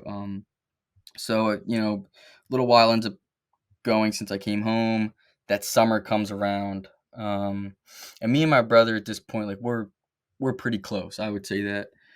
And that's when like I started to notice changes in my brother, almost like I was talking about my mom. Um, it first started out with like weird ideas that he'd have. Like he started to have, I don't know if you know what solipsism is. It's Mm-mm. the belief that you're the only human alive. So he started to believe these strange things like, oh, I'm the only person on earth. And I started to realize that my brother's having a psychotic break. So that was very scary for me. I remember just watching him evolve from like, you could have a conversation to him to this guy's not even here anymore. So me and my dad, we tried to 302 him a couple times. And that, the whole mental health system in this country is terrible. It doesn't really work. So we try to get him some help. We can't get him any help. Um, he ends up getting into a fight with me. We end up getting in a fight out in our front lawn. Um, the cops end up getting called. They come. Um, and he ends up violating his probation because at that time he was on adult probation. So he got into this fight with me and violated his probation, and now he's in jail. In jail while in the midst of a psychotic break. So that was, and he's in the midst of this psychotic break. Um, you know, the way the county jail works near me, and I'm sure it works like this the same way as a lot of other places. When you first get there, you can't use the phone. You're in like they put you in a cell for 5 days. I guess to classify you, right? So I guess he made it down to the dorm. They decided, yeah, he's going to the mental health dorm. And they at this time, I think that the guards and the people there started to realize, okay, this guy's not sane. So they ended up putting him in a mental health block, and he was in like solitary confinement while he was there. It was like a mental health block for people that cannot come out of their cells right now. And I remember like we haven't even heard from my brother in like 4 months, right? Like we're going to the court hearings and stuff, but you know, thing is, we didn't want him to come back home because he was starting problems at home, and we didn't feel like he was safe to be at home. But also, we don't want him in jail, so we're trying to find a place for him to go to get help. But that it's so hard to do that, and we're trying to get him out of jail and send him to one of these places. But it's like, so one night my dad ends up getting this phone call from the correctional facility from this guy Michael, and he's like, "Hey, I'm in here with your son. I slid the tablet because his tablet's up there under his door. He wants to talk to you." So we start talking to my brother, and we could still tell like he's not all there, right? He's like, but from what he tells us, he's been in this cell for 3 months. Um, he hasn't been able to leave, and the dude, we get the tablet back, or he passes the tablet back to the other dude, and the dude Michael's crazy too. Right. He's telling us that he's like starting some like counseling thing, and he's like, this guy's a nut too, right? He's blabbing off to us, and this guy ends up like he would call us like every day, and we can't hear from my brother because they wouldn't give him a tablet to call home because they think he's gonna break it or something. So we would call, this guy would call us and rant to us and then let us talk to my brother. Um, Either way, um, at this point, like I'm in 11th grade. I'm 17 now, and what just happened like is really it starts to affect me. By this time I've actually got off probation. Sorry, I kind of skimmed over that, but I got off probation, and you know, I'm I'm trying to do good, but like I still have all this pain from like what just happened with my brother. I'm trying to process that, like some guy that I grew up with him. I knew, and then all this is going on. So I started to do drugs again, and I started to drink a lot. And this is when like Xanax started to get introduced into my life. Um, and a lot of days I'm doing the Xanax, I'm drinking alcohol. Um, and 17 was the first time I did cocaine as well. I was hanging out with a buddy of mine, and I remember he was like, what do you want to do? I'm like, I don't know. He's like, well, I got a little bit of cocaine. I'm like, you got cocaine? I remember like being like, okay, I'll do it. You know, but in the past, I was never that type of dude. I was like, oh, I'm never doing that drug. I'll never do that drug. You set those lines, and a lot of times those lines get broken down. Mhm. So that line got broken down. I did literally and figuratively. I did cocaine for the first time, and I remember like not feeling it at first. I'm like, okay, I'm gonna go to the store and get some cigarettes. And I walked to the store and get some cigarettes, and I remember just feeling, like, so upbeat and, so jittery, but I didn't really like it. I didn't really like it. It wasn't my thing. My thing was more like, let's get really drunk and do a lot of Xanax and, you know, forget. That's what my thing was.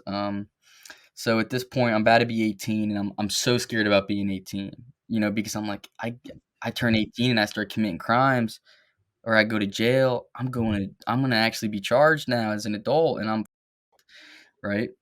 So at this point, I think subconsciously I kind of wanted to go back to juvie. Like I started to miss being there, and I know that's like sounds really weird to a lot of people, and they might not understand, but like I really started to want to go back.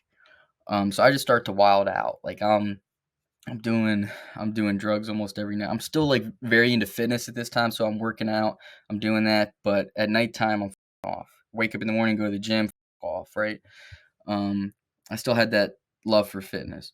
But I'm it was one night, and I stole a bunch of these wallets from people out of their vehicles, and I'm walking to the, with some tap credit cards, you can just go up to the thing, tap it on the machine, and you don't need a pin or nothing, and Right. take out cash from the cashback system, right? So I'm walking to the store to do that. It's 3 a.m. and I'm up. I'm really up, and I'm walking by the high school, and I'm going to Sunoco, and this dude, he's like, "Yo, yo." So I walk up to this dude, and I was drunk and high, so I guess I walked up to him a little bit like I probably didn't look too friendly walking up to him, and he just goes, "You want to fight?" So I'm like, "What the is this guy talking about?" So I punch him in the face. I punch him. That's not something I would have done if I wasn't intoxicated. So I punch him a few different times. A few times I punch him, and I just walk away. I start walking away. He pulls out this knife. He's like, "Oh, you're now." He starts, you know, normally when someone pulls a knife on you, you keep your distance and you walk back and you try to de-escalate the situation. That's not what I was doing. I wasn't, I was walking back, but I wasn't walking back very fast. And I was like, put the knife down. I'm screaming at him. He's screaming at me. And then he rushes me with the knife. And I throw his hands and the knife flies and he gets me on the ground. He punches me one time. And at this point, we start hearing the sirens. So, uh, we're like, what do we do? So at this point, we just went from fighting each other and pulling a knife on me to like, okay, now we got to make a plan on how we're not going to jail tonight. Um, and we end up, I'm so like out of it, like I'm so high, and I sit down on the side of this store, and I got all these stolen credit cards in my pocket. And I just spark a cigarette, and I give him a cigarette. I think why he screamed at or he said yo to me in the first place is he wanted a cigarette, right? Right. So we're smoking a cigarette, and he's looking at me. He's like, "So I'm your cousin, and we got into an argument." And I just look at him like, "No, we're not, bro." The cops come. They're like, "Oh, Carter, what's going on?" They know my name and everything, and I'm just like, "Nothing's going on, officer." He's like, "Well, your eye's bleeding a little bit, and this guy has bruises all over his face." I'm like, "Yeah, I don't know what's going on, officer." They don't even search me or nothing. They bring me home. I'm 17, but I guess I look a little older. So he's like, "Okay, blah blah blah, let's go in your house." I go in my house and they knock on the door and they're like, "Okay, we just found out you're a juvenile. We got to talk to your dad." So they talk to my dad. And I just leave the house. I walk back to my friend's house. Like I think the cops are still there. I jump over my fence and just walk back. The next day, I was The next day I was stealing from somebody's car. I was stealing from somebody's car, and the officer uh, apprehended me right there. I got surrounded by a bunch of cops. They searched my backpack, found some wallets, some stolen stuff on me, and I'm like, okay, well, this isn't that bad. I'll get to go to the youth center again, and I'll be able to fix my life. It's not what happened. The cops take me to they don't even take me to the police station. They just take me home again, and I'm like thinking, I'm like, what is going on? Why aren't these cops actually arresting me? The next night, I uh, I do the same thing. I get super high. I take some Klonopin this time, and I'm walking through the neighborhood, and I guess I don't remember what I took, but I remember I took somebody's laptop, somebody's school laptop. I'm so intoxicated, I don't understand that this is somebody's school laptop, and I'm not getting in it, and it's not worth anything. But I put it in my bag anyway, and when I ended up passing out on somebody's front lawn. So I passed out on someone's front lawn. I wake up to the paramedics over me. And the cop, he's searching my bag. He's like, "Who's Ethan?" I'm like, "Who the is Ethan? I don't know who Ethan is." He's like, "Well, you have his laptop." I'm like, I was just so like, I just gave up. Like, I stole it, yeah. I was just like, at a very low point in my life. Hey, sorry to interrupt the video. Just want to let you guys know that we're going to have an extra 15 or 20 minutes of content on my Patreon. It's $10 a month for about an hour's worth of extra content every single week. Back to the podcast. Finally, I get booked in to the youth center, and I come back. It's like 4 a.m. at this point. It's I don't know. I don't remember exactly what time it is, but I get back there, and I remember I walk in, and I'm still like high. I'm still like drunk from the night before, and it's the staff Gene who I knew, and I'm like, Gene, what are you doing here? Like, he's like, oh, I'm a supervisor now. I'm like, you're a supervisor now. Good job, dude. I'm like congratulating him. Whatever, a little strip search. I'm used to it at this point. It's not new to me. Okay, and I remember I go to sleep. I wake up, and I'm getting transported to the nurse, and I'm in B dorm, and they always put me in B dorm, and I'm walking by A dorm, and I look in A dorm, and I see this kid, and I just knew I've seen him somewhere. I knew I saw him somewhere. Is your brother isn't in the same facility? This is it. He's in the adult facility, so literally I could look out my cell and see the adult facility. That's where my brother's at, Okay. right? So yeah, um, I'm walking by A dorm, and I see this kid, and I'm like, who is this person, right? And I look to the staff. I forget which staff it is, but I think I was cool with him. Is the kid that was calling you? Which kid? Remember the kid that was calling you for your brother? Oh, Well, no, no, yes, he was no, an adult. no, Oh, yeah, no, it's not him. So I remember talking to staff, like, "Who is that kid?" He's like, "That's Joshua Cooper." I'm like, "What did he do?" He's like, "Oh, he's the kid that killed that little girl in Bensalem." I live right mm, next to a town called Bensalem. Either way, I remember seeing this kid on the news a few months prior. When he was 16, Joshua Cooper invited a 13-year-old girl over to his trailer. They lived in a trailer park. He asked the girl for oral sex. She said no, and he blew her face up with a shotgun. Shot her in the face with a shotgun. And whoa. this was a fucked up little. This kid looked like an idiot, right? And I remember being confused because A dorm is where they house the girls, and this kid's in A dorm with the girls, right? So they put the kid who just shot a little girl in her face in the dorm with the girls because if he gets put with the boys, he's gonna get beat up every day, right? Right. So, and there's some boys in A dorm, but it's more like lax and whatever. So yeah, that piece of shit was in there, and I had one interaction with him the whole time I was there. I'll get to that, but yeah, this time being there, I end up meeting a kid named Leonard. Leonard is a kid that I mentioned before, placement hoppers. He was probably the kid that I saw that did it the most. Like, this kid was 17 at this point, almost 18, and he's been locked up since he was 11. I think his parents were drug addicts, and he was in the foster system since he was like 3. Then from there, started getting in trouble in his preteen years, got locked up, never went home because he doesn't really have a home to go to. So he just never left, and he would get kicked out of placements or he'd complete placements, and they just don't know what to do with him. And this kid is I've met kids before who switch. Like, one minute you're talking to them about one thing, the next minute they blow up. But this Right. dude would have it the worst, right? And one day, uh, we're sitting there, and I remember, like, nothing was even going on. He just started to move all the chairs. This kid Leonard's moving all the chairs. He's like, "Let's go." He starts moving all the chairs. Staff, they have it's called a pager on their belt. They hit the pager, it sends a signal to the control center. The control center hits a button, it starts an alarm, and then the person in the control center will be like, paging supervisor to B dorm, paging supervisor to B dorm, right? So it could be a little alarming if you're not used to it, but I was used to it. So, everybody go to their cell, whatever. I'm in cell 3.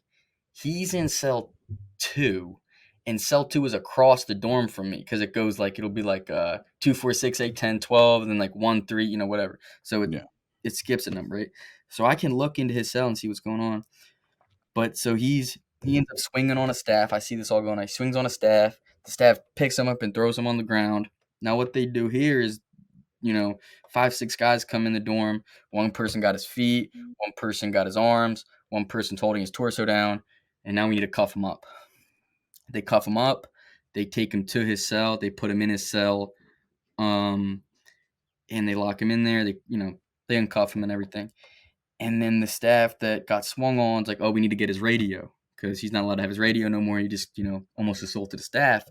So he goes in there to get his radio, and the supervisor's in the dorm at this point, and he's like, Leonard, I'm opening your cell. You're going to give me the radio. He gives him the radio, and he spits in his face, right? Just spits all in his face. And I remember the staff, like, the supervisor starts holding the staff back because the staff wants to go assault the kid now.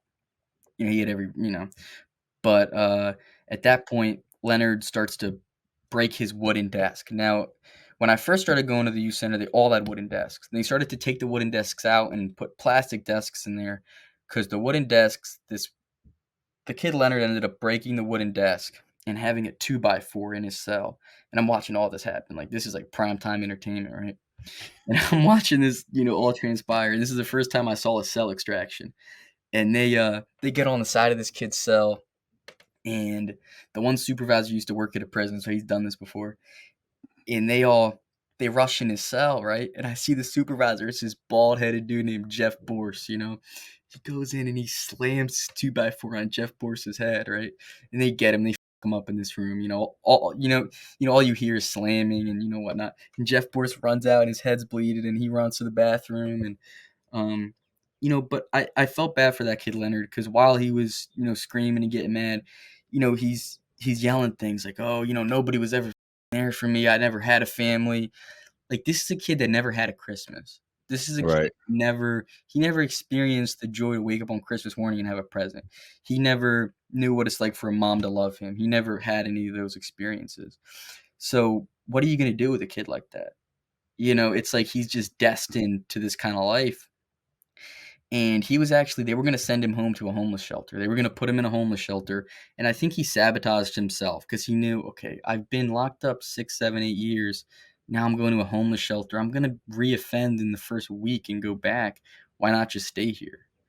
Right. So I think that's what ended up happening with him. Either way. Well, at some point he's going to have to leave. Yeah.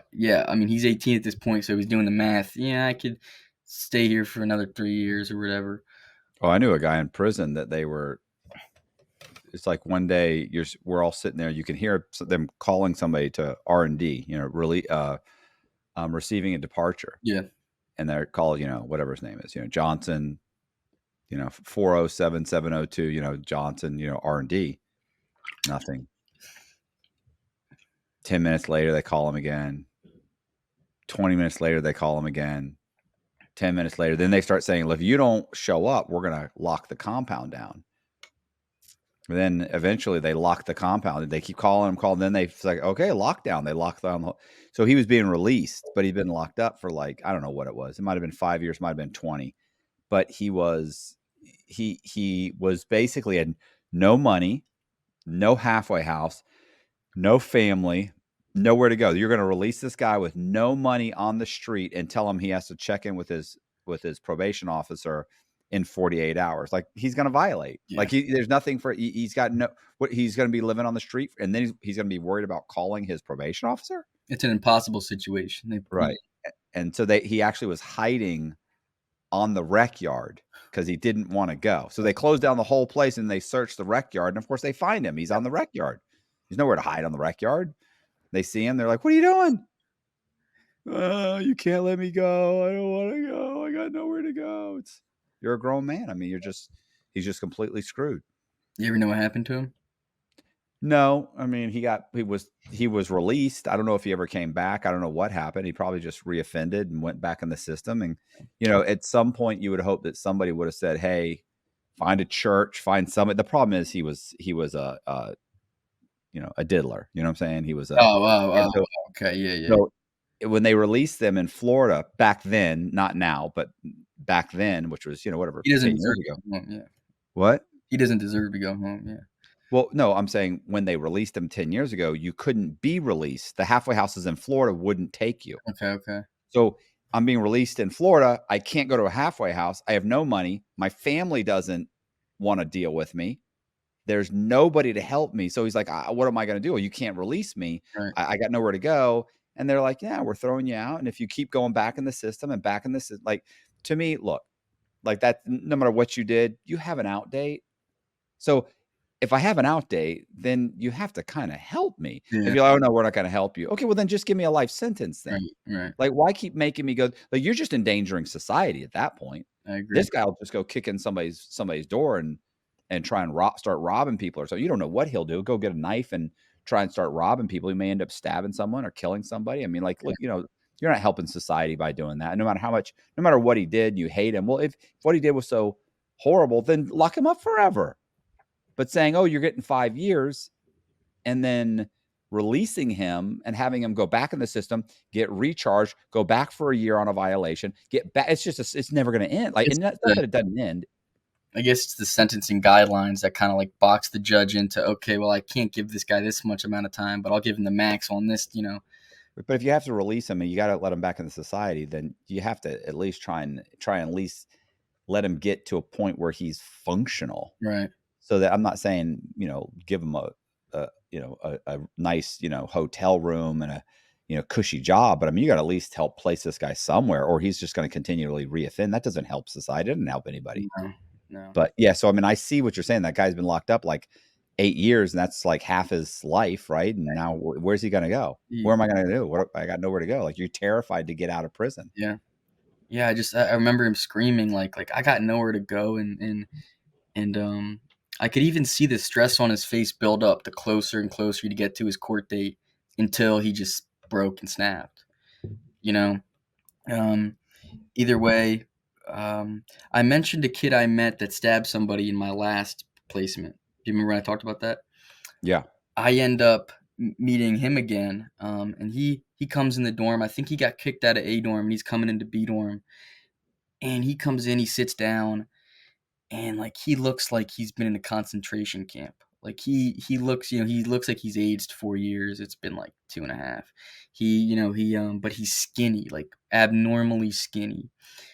And I'm talking to him. I'm like, "Yo, like, what's going on?" And he was like a jokester. Like, he's like, "Oh, let's fight, bro." I don't even take it seriously. I'm just like, "Yeah, we're not fighting, bro. Pick up your cards. We're playing cards, right?"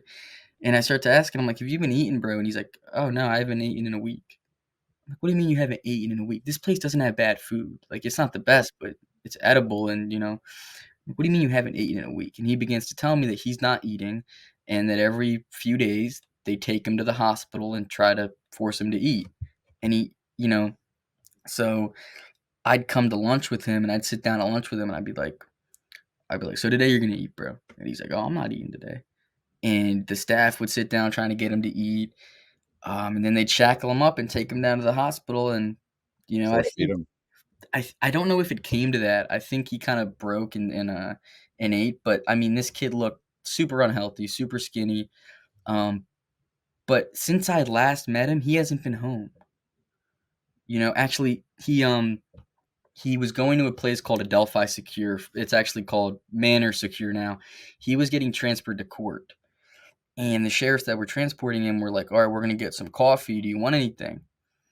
And he's like, "Yeah." They're like, "Okay, we'll take you out of the car and bring you into the store."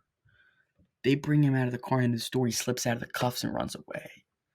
This is from a secure placement, so these sheriffs are looking like absolute idiots now. But he obviously gets caught, and now he's back at the youth center for that. And I think he's just given up now. He's not eating food. Um, I just see him like super depressed, and he'd talking about, "Carter, what are you gonna eat when you get out?"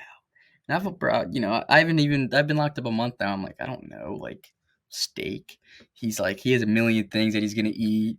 He's like, "Oh, this girl's writing me, and this girl's writing me, and I can't wait to get home to see." I'm like, because he's been locked up 3 years now. I've been locked up like a month, so I can't relate to him on that. Either way, that was about maybe 45 days. They're like, "All right, you're going to placement again. We're not sending you home." I'm like, "Okay, that makes sense."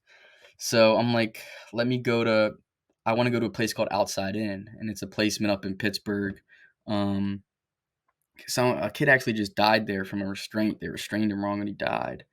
Um, but I'm like, yeah, I want to go to outside in. So I get an interview. What they do is they'll interview you for this placement. Like, hey, like, what are your needs? Like, are you violent? Are you this and that? And I think they interviewed with me, and I almost think I did too good on the interview to where they thought I'm just like faking it or something because they were like, no, he's not coming here. So I wanted to go there. I know they got a nice workout set. They got this and that. So no, I didn't end up going there. Uh, then I get an interview to a place called Manos House. This is a really old placement. It's been around for a long time. It's in Harrisburg, Pennsylvania, and they interview me for that, and they're just taking anybody at this point. They're like, "Yeah, come up here." I wait maybe a week. Van comes and picks me up. I go out to it's basically what you said, like R&D. It's not called that. It's just um, exiting. So I'm exiting the facility. Dude comes up in this van, and I kind of like put my hands out like, okay, like you could shackle me up because I'm expecting, shackles, maybe the belt. Sometimes they do the black box. So I'm like, okay, he's like, oh no, we don't do that here. You're good, bro. Like, okay, cool. So I get in the van, drive, drives me. It takes about 2 hours to get there. And the first thing, about this building is it's huge and it's an old place that nuns used to be at. Like nuns used to live there and now they converted it into like a juvenile facility. It's like So a monastery or a, well, I think they have a different name for the nun one, but yeah. something like that. So I get out of the car, the van, and I'm looking at this place. It's old and it looks like abandoned. Like it looks like no one's been here in years, right? So they walk me in, and as soon they take me through some different doors from the main entrance, and I walk into the cafeteria area. And they're like, "All right, we're gonna get you some food. Then we're gonna search you, bring you up to group." I'm like, all right, cool. So I meet the chef at this point. Um, it was this older dude from New Jersey, and he's like slopping some, I think it was rice on his plate for me. He's, oh yeah, where you from? Blah blah blah. I ended up not having a good relationship with this guy at all. So he's slopping this food on the plate. I eat a little bit of it. And they search me, and they bring me, they give me some slides to wear. You don't get your shoes for I think like 2 weeks, right? So they bring me to group, and now I've been in detention 45 days, and I'm used to how detention is. Like, if you want to get up, you ask. Bathroom, you ask. If you're moving anywhere, you got to be quiet. If you don't do what these people say, yeah, you're getting restrained, right? So it's like I'm used to that again now. And they bring me to this room where we have this group called Phase. Forget the acronym for Phase, but it's some bullshit group that they make you do. And I don't think it would be bullshit if they knew how to teach it, but they didn't know how to teach it at all. So they bring me in this room, and I'm sitting there for a few minutes, and all these kids come in, like 25 kids, right? First thing I notice is these kids are doing whatever they want. So I'm like, what is going on here? Like part of me is like, oh, cool, it's lenient, but then the other part of me is like, I kind of like structure. I kind of want it to be more structured. Anyway, these kids are screaming. There's this little counselor in the room, screaming at everybody to shut up. I need to start this group. And I'm thinking like, yo, if this was at the youth center, these kids would be all on the ground right now. Like, and we finished this group up. And I we go to the rec room. It's this big room, um, tables, cards, pool table, TV, and that's where you're basically at most of the day if you're not in school or group. They bring me there, and there's a meeting with the director. So the director comes in, circles everybody up. The director, he's like putting his hands over his head, and he's like in a desperate mood. Like I could tell he's kind of desperate, and he's like, he's like, like I don't know what to even do with these you guys anymore. I think the night previously a kid set the bathroom on fire. So like he put like toilet paper in the heater ducts and started a little fire, and they put it out, but like that could have burned down that whole facility, right? So the super or the director of the building, he's a piece of shit. I ended up not liking him at all, and he's going off on these kids, and kids are going back off on him, and I'm just like, I should not have went here. Like I'm thinking like, oh, this is gonna be a bad because it's a it's a 3-month program, but the catch is this. It starts off as 90 days. But let's say you talk in line, let's say you curse, let's say you get into an argument, let's say you fight. Each 0 you get, and a 0 could be something as simple as cursing, that's another day added, Mhm. right? And if you fight, that's 14 days added. If so I'd see kids go in here for a 3-month 3-month program, and they don't leave for a year because they're getting 5 zeros a day. That's 5 more days added every day to one day they do, right? So they're not making any progress whatsoever. Um, Either way, I the next day goes around. I finish school up. I see some kids that I was in previous placements with, so I know some people there already. And I'm in the rec room, and I'm like, I know there's a gym there, and I start asking all the staff. I'm like, hey, can we go to the gym? I'm trying to work out, and they're like, oh, we don't use that gym. What do you mean you don't use the gym? They're like, oh no, we don't go there. You stay in here. So I'm like, I'm already not liking that. I'm like, no, if there's a gym in the facility, I'm gonna be able to use it, right? Either way, I'm like, okay, I'll just do push-ups for today. I'm doing my push-ups, and this kid comes up to me. His name's Jaden, and he's like, yo, I've been looking for someone to work out with. Blah blah blah. He's like, all right, cool, let's do some push-ups. We start working out. This becomes a really good friend in here. A little while later, we're like, all right, let's start rooming together. So we talked to the supervisor, put in a request. We end up being able to get in the same room together. This becomes like I said, a really good friend of mine. We're working out every day. I still don't have this gym open, so now I'm on a mission. I need to get this gym open. So I talked to the director, and I'm like, look, his name's Chris. I'm like, Chris, you guys got this gym. You say you don't use it. Why don't you use it? You have 30 kids that sit in this room all day and watch TV and play cards. You don't get anything from playing cards for 6 months straight. You get nothing. You learn how to be really good at spades. You don't learn any actual life skills because you're never going to play spades again once you leave here. He's like, you know what, that makes sense. Let me talk to some people, and if you he basically tells me if from a week from now you don't get any trouble, I'll open that gym up and you and a few group of guys can go in there by yourselves. So I'm like, that's great. So I end up behaving the rest of the week, getting this gym open. What I very quickly realized is these staff here don't like me because I'm making things happen. All these other kids, oh, they're playing spades or getting in trouble. That's what they're used to doing, right? Now me, I'm opening this gym. I'm getting more kids to work out. I'm trying to do some positive stuff, and I very quickly realized, yeah, these staff don't like it. I remember one night in particular, this staff, he comes up to me. He's like, yeah, you're not gonna have that gym much longer. He's like, oh yeah. I'm like, yeah, okay, buddy. Like, I'm not taking him seriously because I could tell he's just trying to aggravate me to then respond in a negative way, right? Um, and I in this place it was much easier to sneak stuff in because kids would have visits with their parents.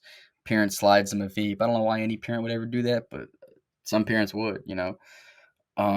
So there was this kid named Kadeem, this 14-year-old kid. He ended up stealing a car, and he crashed into an old man in another car, putting the old man in a coma. Mm. So this kid was pretty fucked up. And he comes in my room one day, and you're not allowed to have other people in your room, and it's me and my boy Jaden. And we're like, yo, what are you doing in here? He's like, I got the vape. Let's hit the vape together. So we're hitting this vape together, and then we get a knock on the door. Like, we're not even allowed to shut the door, but the door's shut. And Right. this staff George is big. He's just this big asshole, right? He's like, "What are y'all doing in here?" He's like, "Oh, I smell a vape." The kid Kadeem is hiding behind my bunk, so he's like on the ground, like staff can't Right. see me at this point, right? He's like, "I smell a vape." The vape's in my waistband. So he's like, "Oh, blah blah blah. I smell the vape on you." I'm like, "I don't know what you're talking about, man." And my buddy pulls out some lotion. He's like, "I think it's the lotion." And the staff's like, "Yeah, it's not the lotion, right?" But this staff was definitely racist because if it was a black kid in the room hitting a vape, it would have been cool. But since we're two white kids, it's like I don't think he liked me very much because of that. Um, so he starts. Oh yeah, I'm searching everybody tonight. I'm wanding everybody down. So I still got this vape. Uh, I give the vape back to the kid. He leaves the room.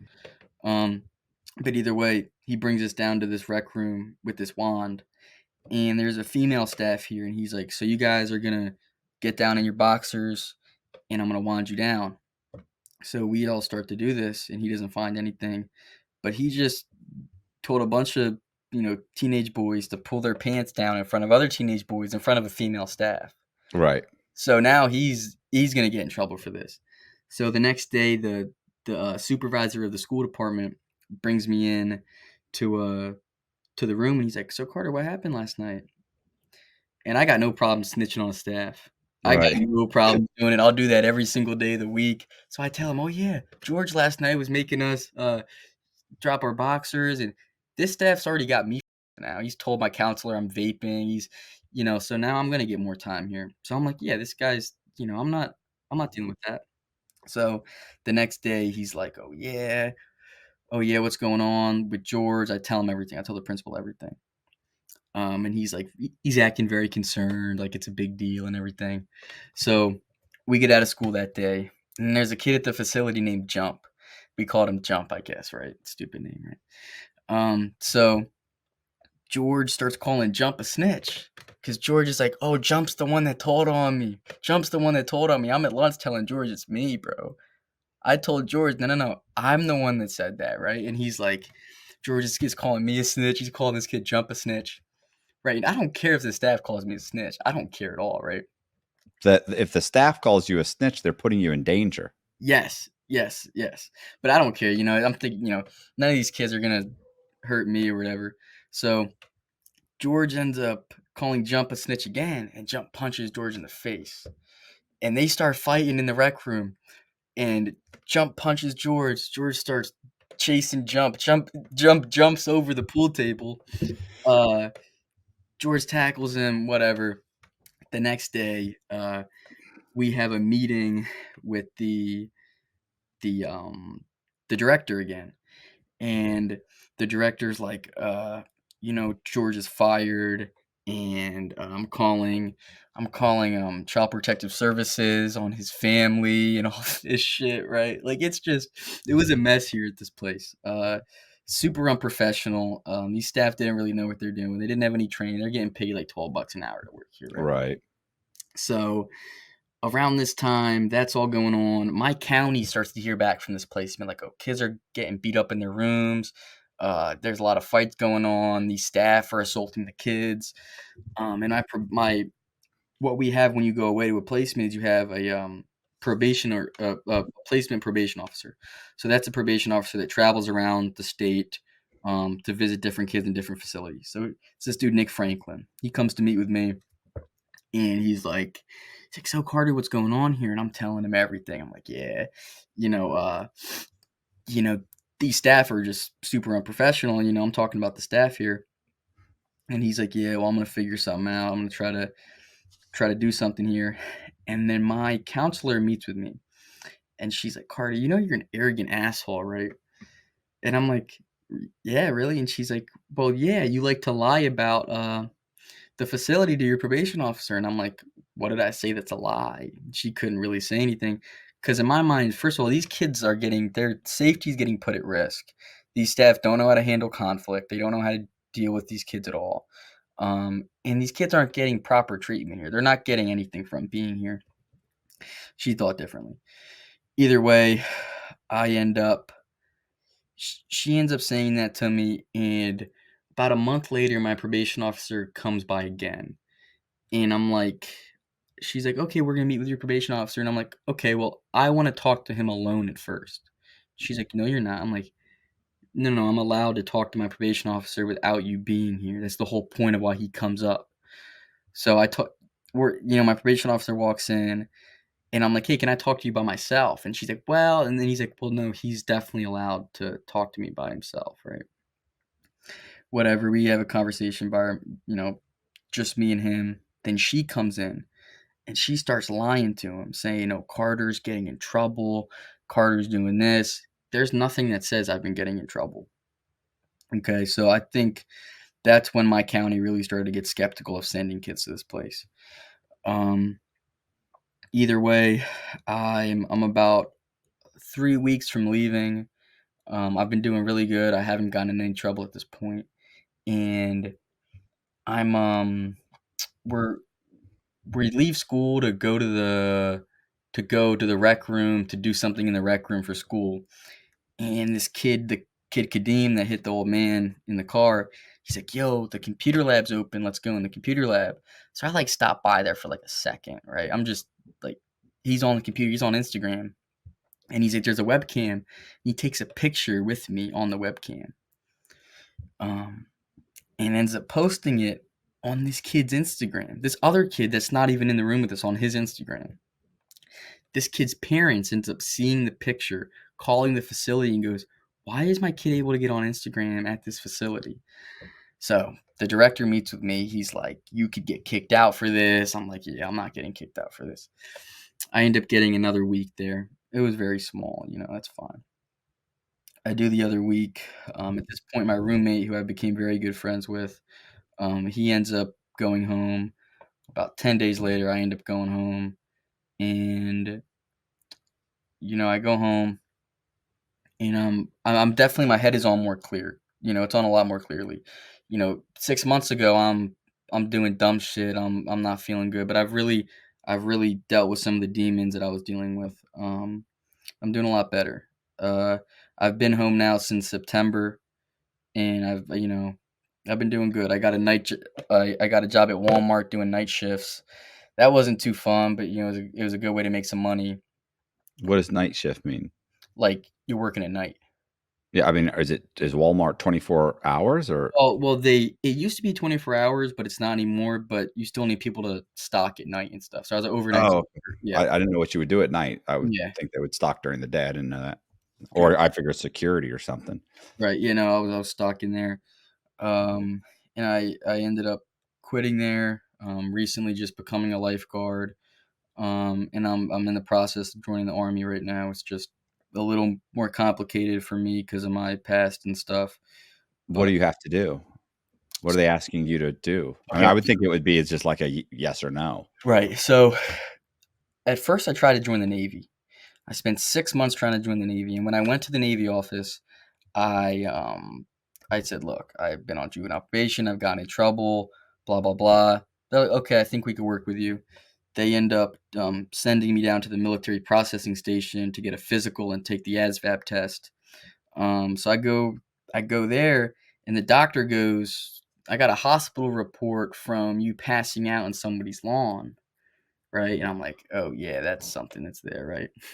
So either way, I end up getting my medical stuff waived. The hospital report got waived, but then they sent up all my criminal stuff, and that got denied. So I got a call, "Hey Carter, like, you're not gonna be able to join the Navy. You just got denied. You could try again in a year." That happened. I go to the Army office. That was about 2 months ago. So now I'm working with the Army. They're trying to get me in. So it could be a no again, or I could get in the Army, and that's cool. But either way, Army's a little bit the standards are a little bit lower. I think so. I Yeah. think so. Yeah. And dude, it's all juvenile stuff, and It would be like like the top one is like the Air Force. Like they have the highest standards. dude, I called an Air Force recruiter, and I'm like, "Hey, you think I could join?" He's like, "No, no, you're not joining, right?" And another thing I got to get waived is this stupid tattoo on my hand. So yeah, Why? What's wrong with the tattoo? you cannot you have to get it waived to join the Army. Oh, Yeah, yep. The Marines wouldn't even take it. The Marines, I called the Marine guy and said, "Look, I got a huge tattoo on my hand." He's like, "Can't do it." The Army, at least, they'll give you a chance. They'll try to waive it. Yeah, yeah. Everyone I tell that, they think it's ridiculous. that is ridiculous. I mean, you go in the military to get tattoos. Right, right. It's like going to, it's like to me, it's you go in there and guys in the military end up getting tattoos. Yeah, yeah. Well, maybe I'm wrong, but I mean, it No, seems like no, you're yeah. right, you're right. It's like, I got a whole sleeve, but I was, like, 16 when I got home the first time, and I was like, "Oh, I gotta get a hand tattoo." Big mistake. Okay, Yeah. all right. Well, Yeah, I'm curious to know if you do get in. I mean, let me know. I definitely will. And now you're a coast guard. You're a lifeguard. I'm a lifeguard Where? at a residential neighborhood. And what they have just like a big pool or Yeah, it's just a big pool. I'm the only lifeguard there. It's a nice job. I get as many days as I want. It's cool, man. It's what very if nobody's there? if then I just get to sit there on a lawn chair and hang out and get paid. No, no, I'm saying what if no you said you're the only lifeguard there. What if there's no other lifeguards working? and the pool gets closed. Oh, that's Like, okay. if there's no lifeguard there has to be a lifeguard on duty for the pool to be open. It's like, there's certain laws with states where they can't open a pool. Maybe, like if the pool's this big, we have to have a lifeguard there. If it's this big, we don't have to have a lifeguard there. So there's certain Do you have laws. to have like a certificate or Yeah, something? you have to be certified by the Red Cross. Yeah, so I did Okay. that. Yeah, Okay. yeah. All right. Hey, I appreciate you guys watching. Do me a favor. I'm going to put Carter's Instagram link in the description box. So if you want to click on there and kind of keep in touch with him, he's only got 2 posts. He needs to post more stuff to get people kind of figure out, follow him and see if he's, what he's doing, keep track of him, give him some words of encouragement, tell him not to f up again, and kind of maybe keep an eye on him because I'm curious to know if he gets in the military or what he's going to do. So, check that out. I'm going to put the link in there. Also, please consider joining my Patreon. And what else? Leave me a comment. Share the video. Really appreciate it. Also, the link for my Patreon is also in the description. I got a bunch of links in the description. Anyway, I really appreciate you guys watching. See ya.